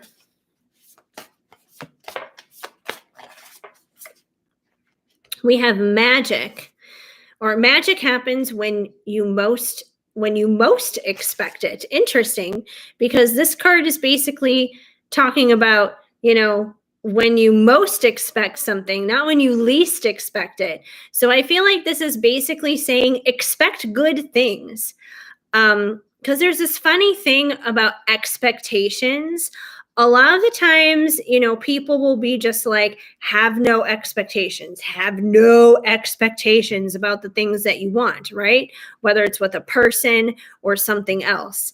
And at least for me, the way I always internalized have no expectations, I always used to internalize it as, okay, if that means have no expectations, that means expect nothing. And expect nothing is actually the wrong approach, because if you expect nothing, what do you get? Nothing. It's a bad expectation. You're expecting something negative. So instead, we should be expecting something good. Now, I think it's important that, we don't put attachments onto what those things are. Don't think like it has to look like this, sound like this, smell like this, happen at this specific time. We don't need to control what those good things are supposed to be. But I think we're supposed to expect them, period. Especially if it's dealing with another person. I think it's a good thing to be just I expect good things to happen between me and so. I expect, positive things to happen and to transpire with them. I expect for things to be healed and to come together with that person. And if for some reason that doesn't happen, I know it's okay, because then God has someone better than that person planned for me. So either way, we still get our happy endings, but we're not controlling how it looks or with who it looks or when it happens, but we're still expecting it to happen. So have good expectations. Don't be controlled by it. No, but have good expectations. Most importantly, don't expect nothing, because nothing is exactly what you will get in return if you are expecting nothing. So expect good things. It makes a difference. If you expect nothing, you're not giving the universe any direction on where to go. You got to give it direction. So if you want to give it direction, tell it what you want and mean it. We also have the good kind, which I know is kind of vague, and it's like, what does that mean, the good kind? So I feel like this is basically, take this as however you need to take it. It could be you being good and kind, or someone being good and kind to you. It could be the good kind of love, the good kind of job, the good kind of feeling, the good kind of expectations and things that you can expect. But just, goodness. I feel like it's just overall goodness for this week. Focus on the good. The news always wants to put out there something bad. Before I went live tonight, I saw like it was all over on Twitter. They were talking about impending doom, that they were scared that there was going to be impending doom with like relapses with COVID and, cases going up again and everything, which could be possible. But I feel like if we focus on impending doom, we're going to get impending doom. So, we got to focus on some good news too. There's got to be good stuff. Like if we were talking about COVID, for example, instead of focusing on impending doom, focus on getting vaccinated, protecting yourself, being thankful you don't have COVID. If you don't have people in your life who've been affected by it, being thankful that those people don't have COVID. So it's, it's about the little things pretty much. Oh, my phone lit up. I was like, did someone pay me for something? What was that? I'm so happy. And that's the whole, the satanic shoes. That's been all over Twitter too, is the satanic shoes, which is kind of funny. And you'll appreciate this one, Anise. One of the trending topics was, wait, hold on. I got to find this on my phone because it was funny. You'll really appreciate this one because I had to participate in it with the thing that I thought of. I was like, oh my gosh, this is so, no, I don't want to look at KTLA's Twitter. Like, what is that? So there was a trending topic called hashtag is the work of the devil. And I basically tweeted, parking in LA, hashtag is the work of the devil. And this is why. So I know you would be able to appreciate that. So, yeah. But anyways, I haven't watched the music video, but I heard about it. I heard how crazy it is. Yes. Parking in LA is the work of the devil. All right, let me get another one here from the Sacred Creator. We have success and transformation. So if you guys feel like you're, morphing into something in a sense, if you feel like you are in the cocoon right now, going from caterpillar to butterfly, which is not always fun and can be painful. If you feel like you're experiencing growing pains and maybe things are just not always going your way, change isn't easy. Even if it's positive change, even if it's good change, it's not always necessarily fun. So if you guys are going through that, just remember it's for a greater purpose. It's for something bigger and better, and that there is success that's going to come out of that. You're not going through all that for absolutely nothing. The fact that the shoe soles have, I know, I heard about that, was like human blood. Like, it makes me wonder where'd they get the human blood? And I know this is going to sound totally weird, and I don't know why it was the first place my mind went. I was just like, did they get it from women voluntarily giving them period blood? I don't know why that was like the first thing I thought of. I was like, that's such a weird thing to think of. Like, why does my brain go there? Oh, man. Craziness. And we have, what's your honest truth?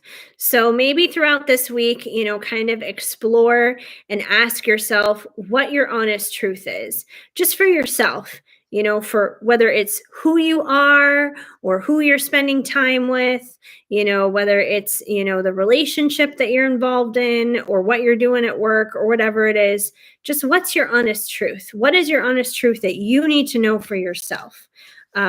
Which can kind of be a loaded question, but sometimes a question that we all need to know and answer, basically. They got the human blood from people that created the shoes, the people that were in the project. Oh, I had no idea. I mean, I've seen stuff about it, but I haven't like heavily researched the whole thing. So anyway, that's basically what I have for you guys for this upcoming week of what you may need to know. So yeah, otherwise I've been on here for like 3.5 hours, and I think it's time for me to wrap things up and head out of the crazy duplex with no running water and go back over to the temporary apartment for the night, pretty much. And Yeah. Yes, you do your research. That is for sure. Um, but anyways, you're very welcome. You're very welcome, Anise, and to everybody else who came out. I know most of the people have already left the chat by now. But I will be back on Friday night, 8 p.m. Central Standard Time, the same routine. That is definitely the plan, as long as nothing else goes crazy before then. But I will always let you guys know if anything does over on Instagram. But yeah, thank you guys for coming on out. And I hope you guys have a beautiful and amazing week. I will see you right back here on Friday night. So I'm going to wrap things up here, but thank you for coming out. Mwah! Love you guys. Keep sparkling, and I will see you on Friday.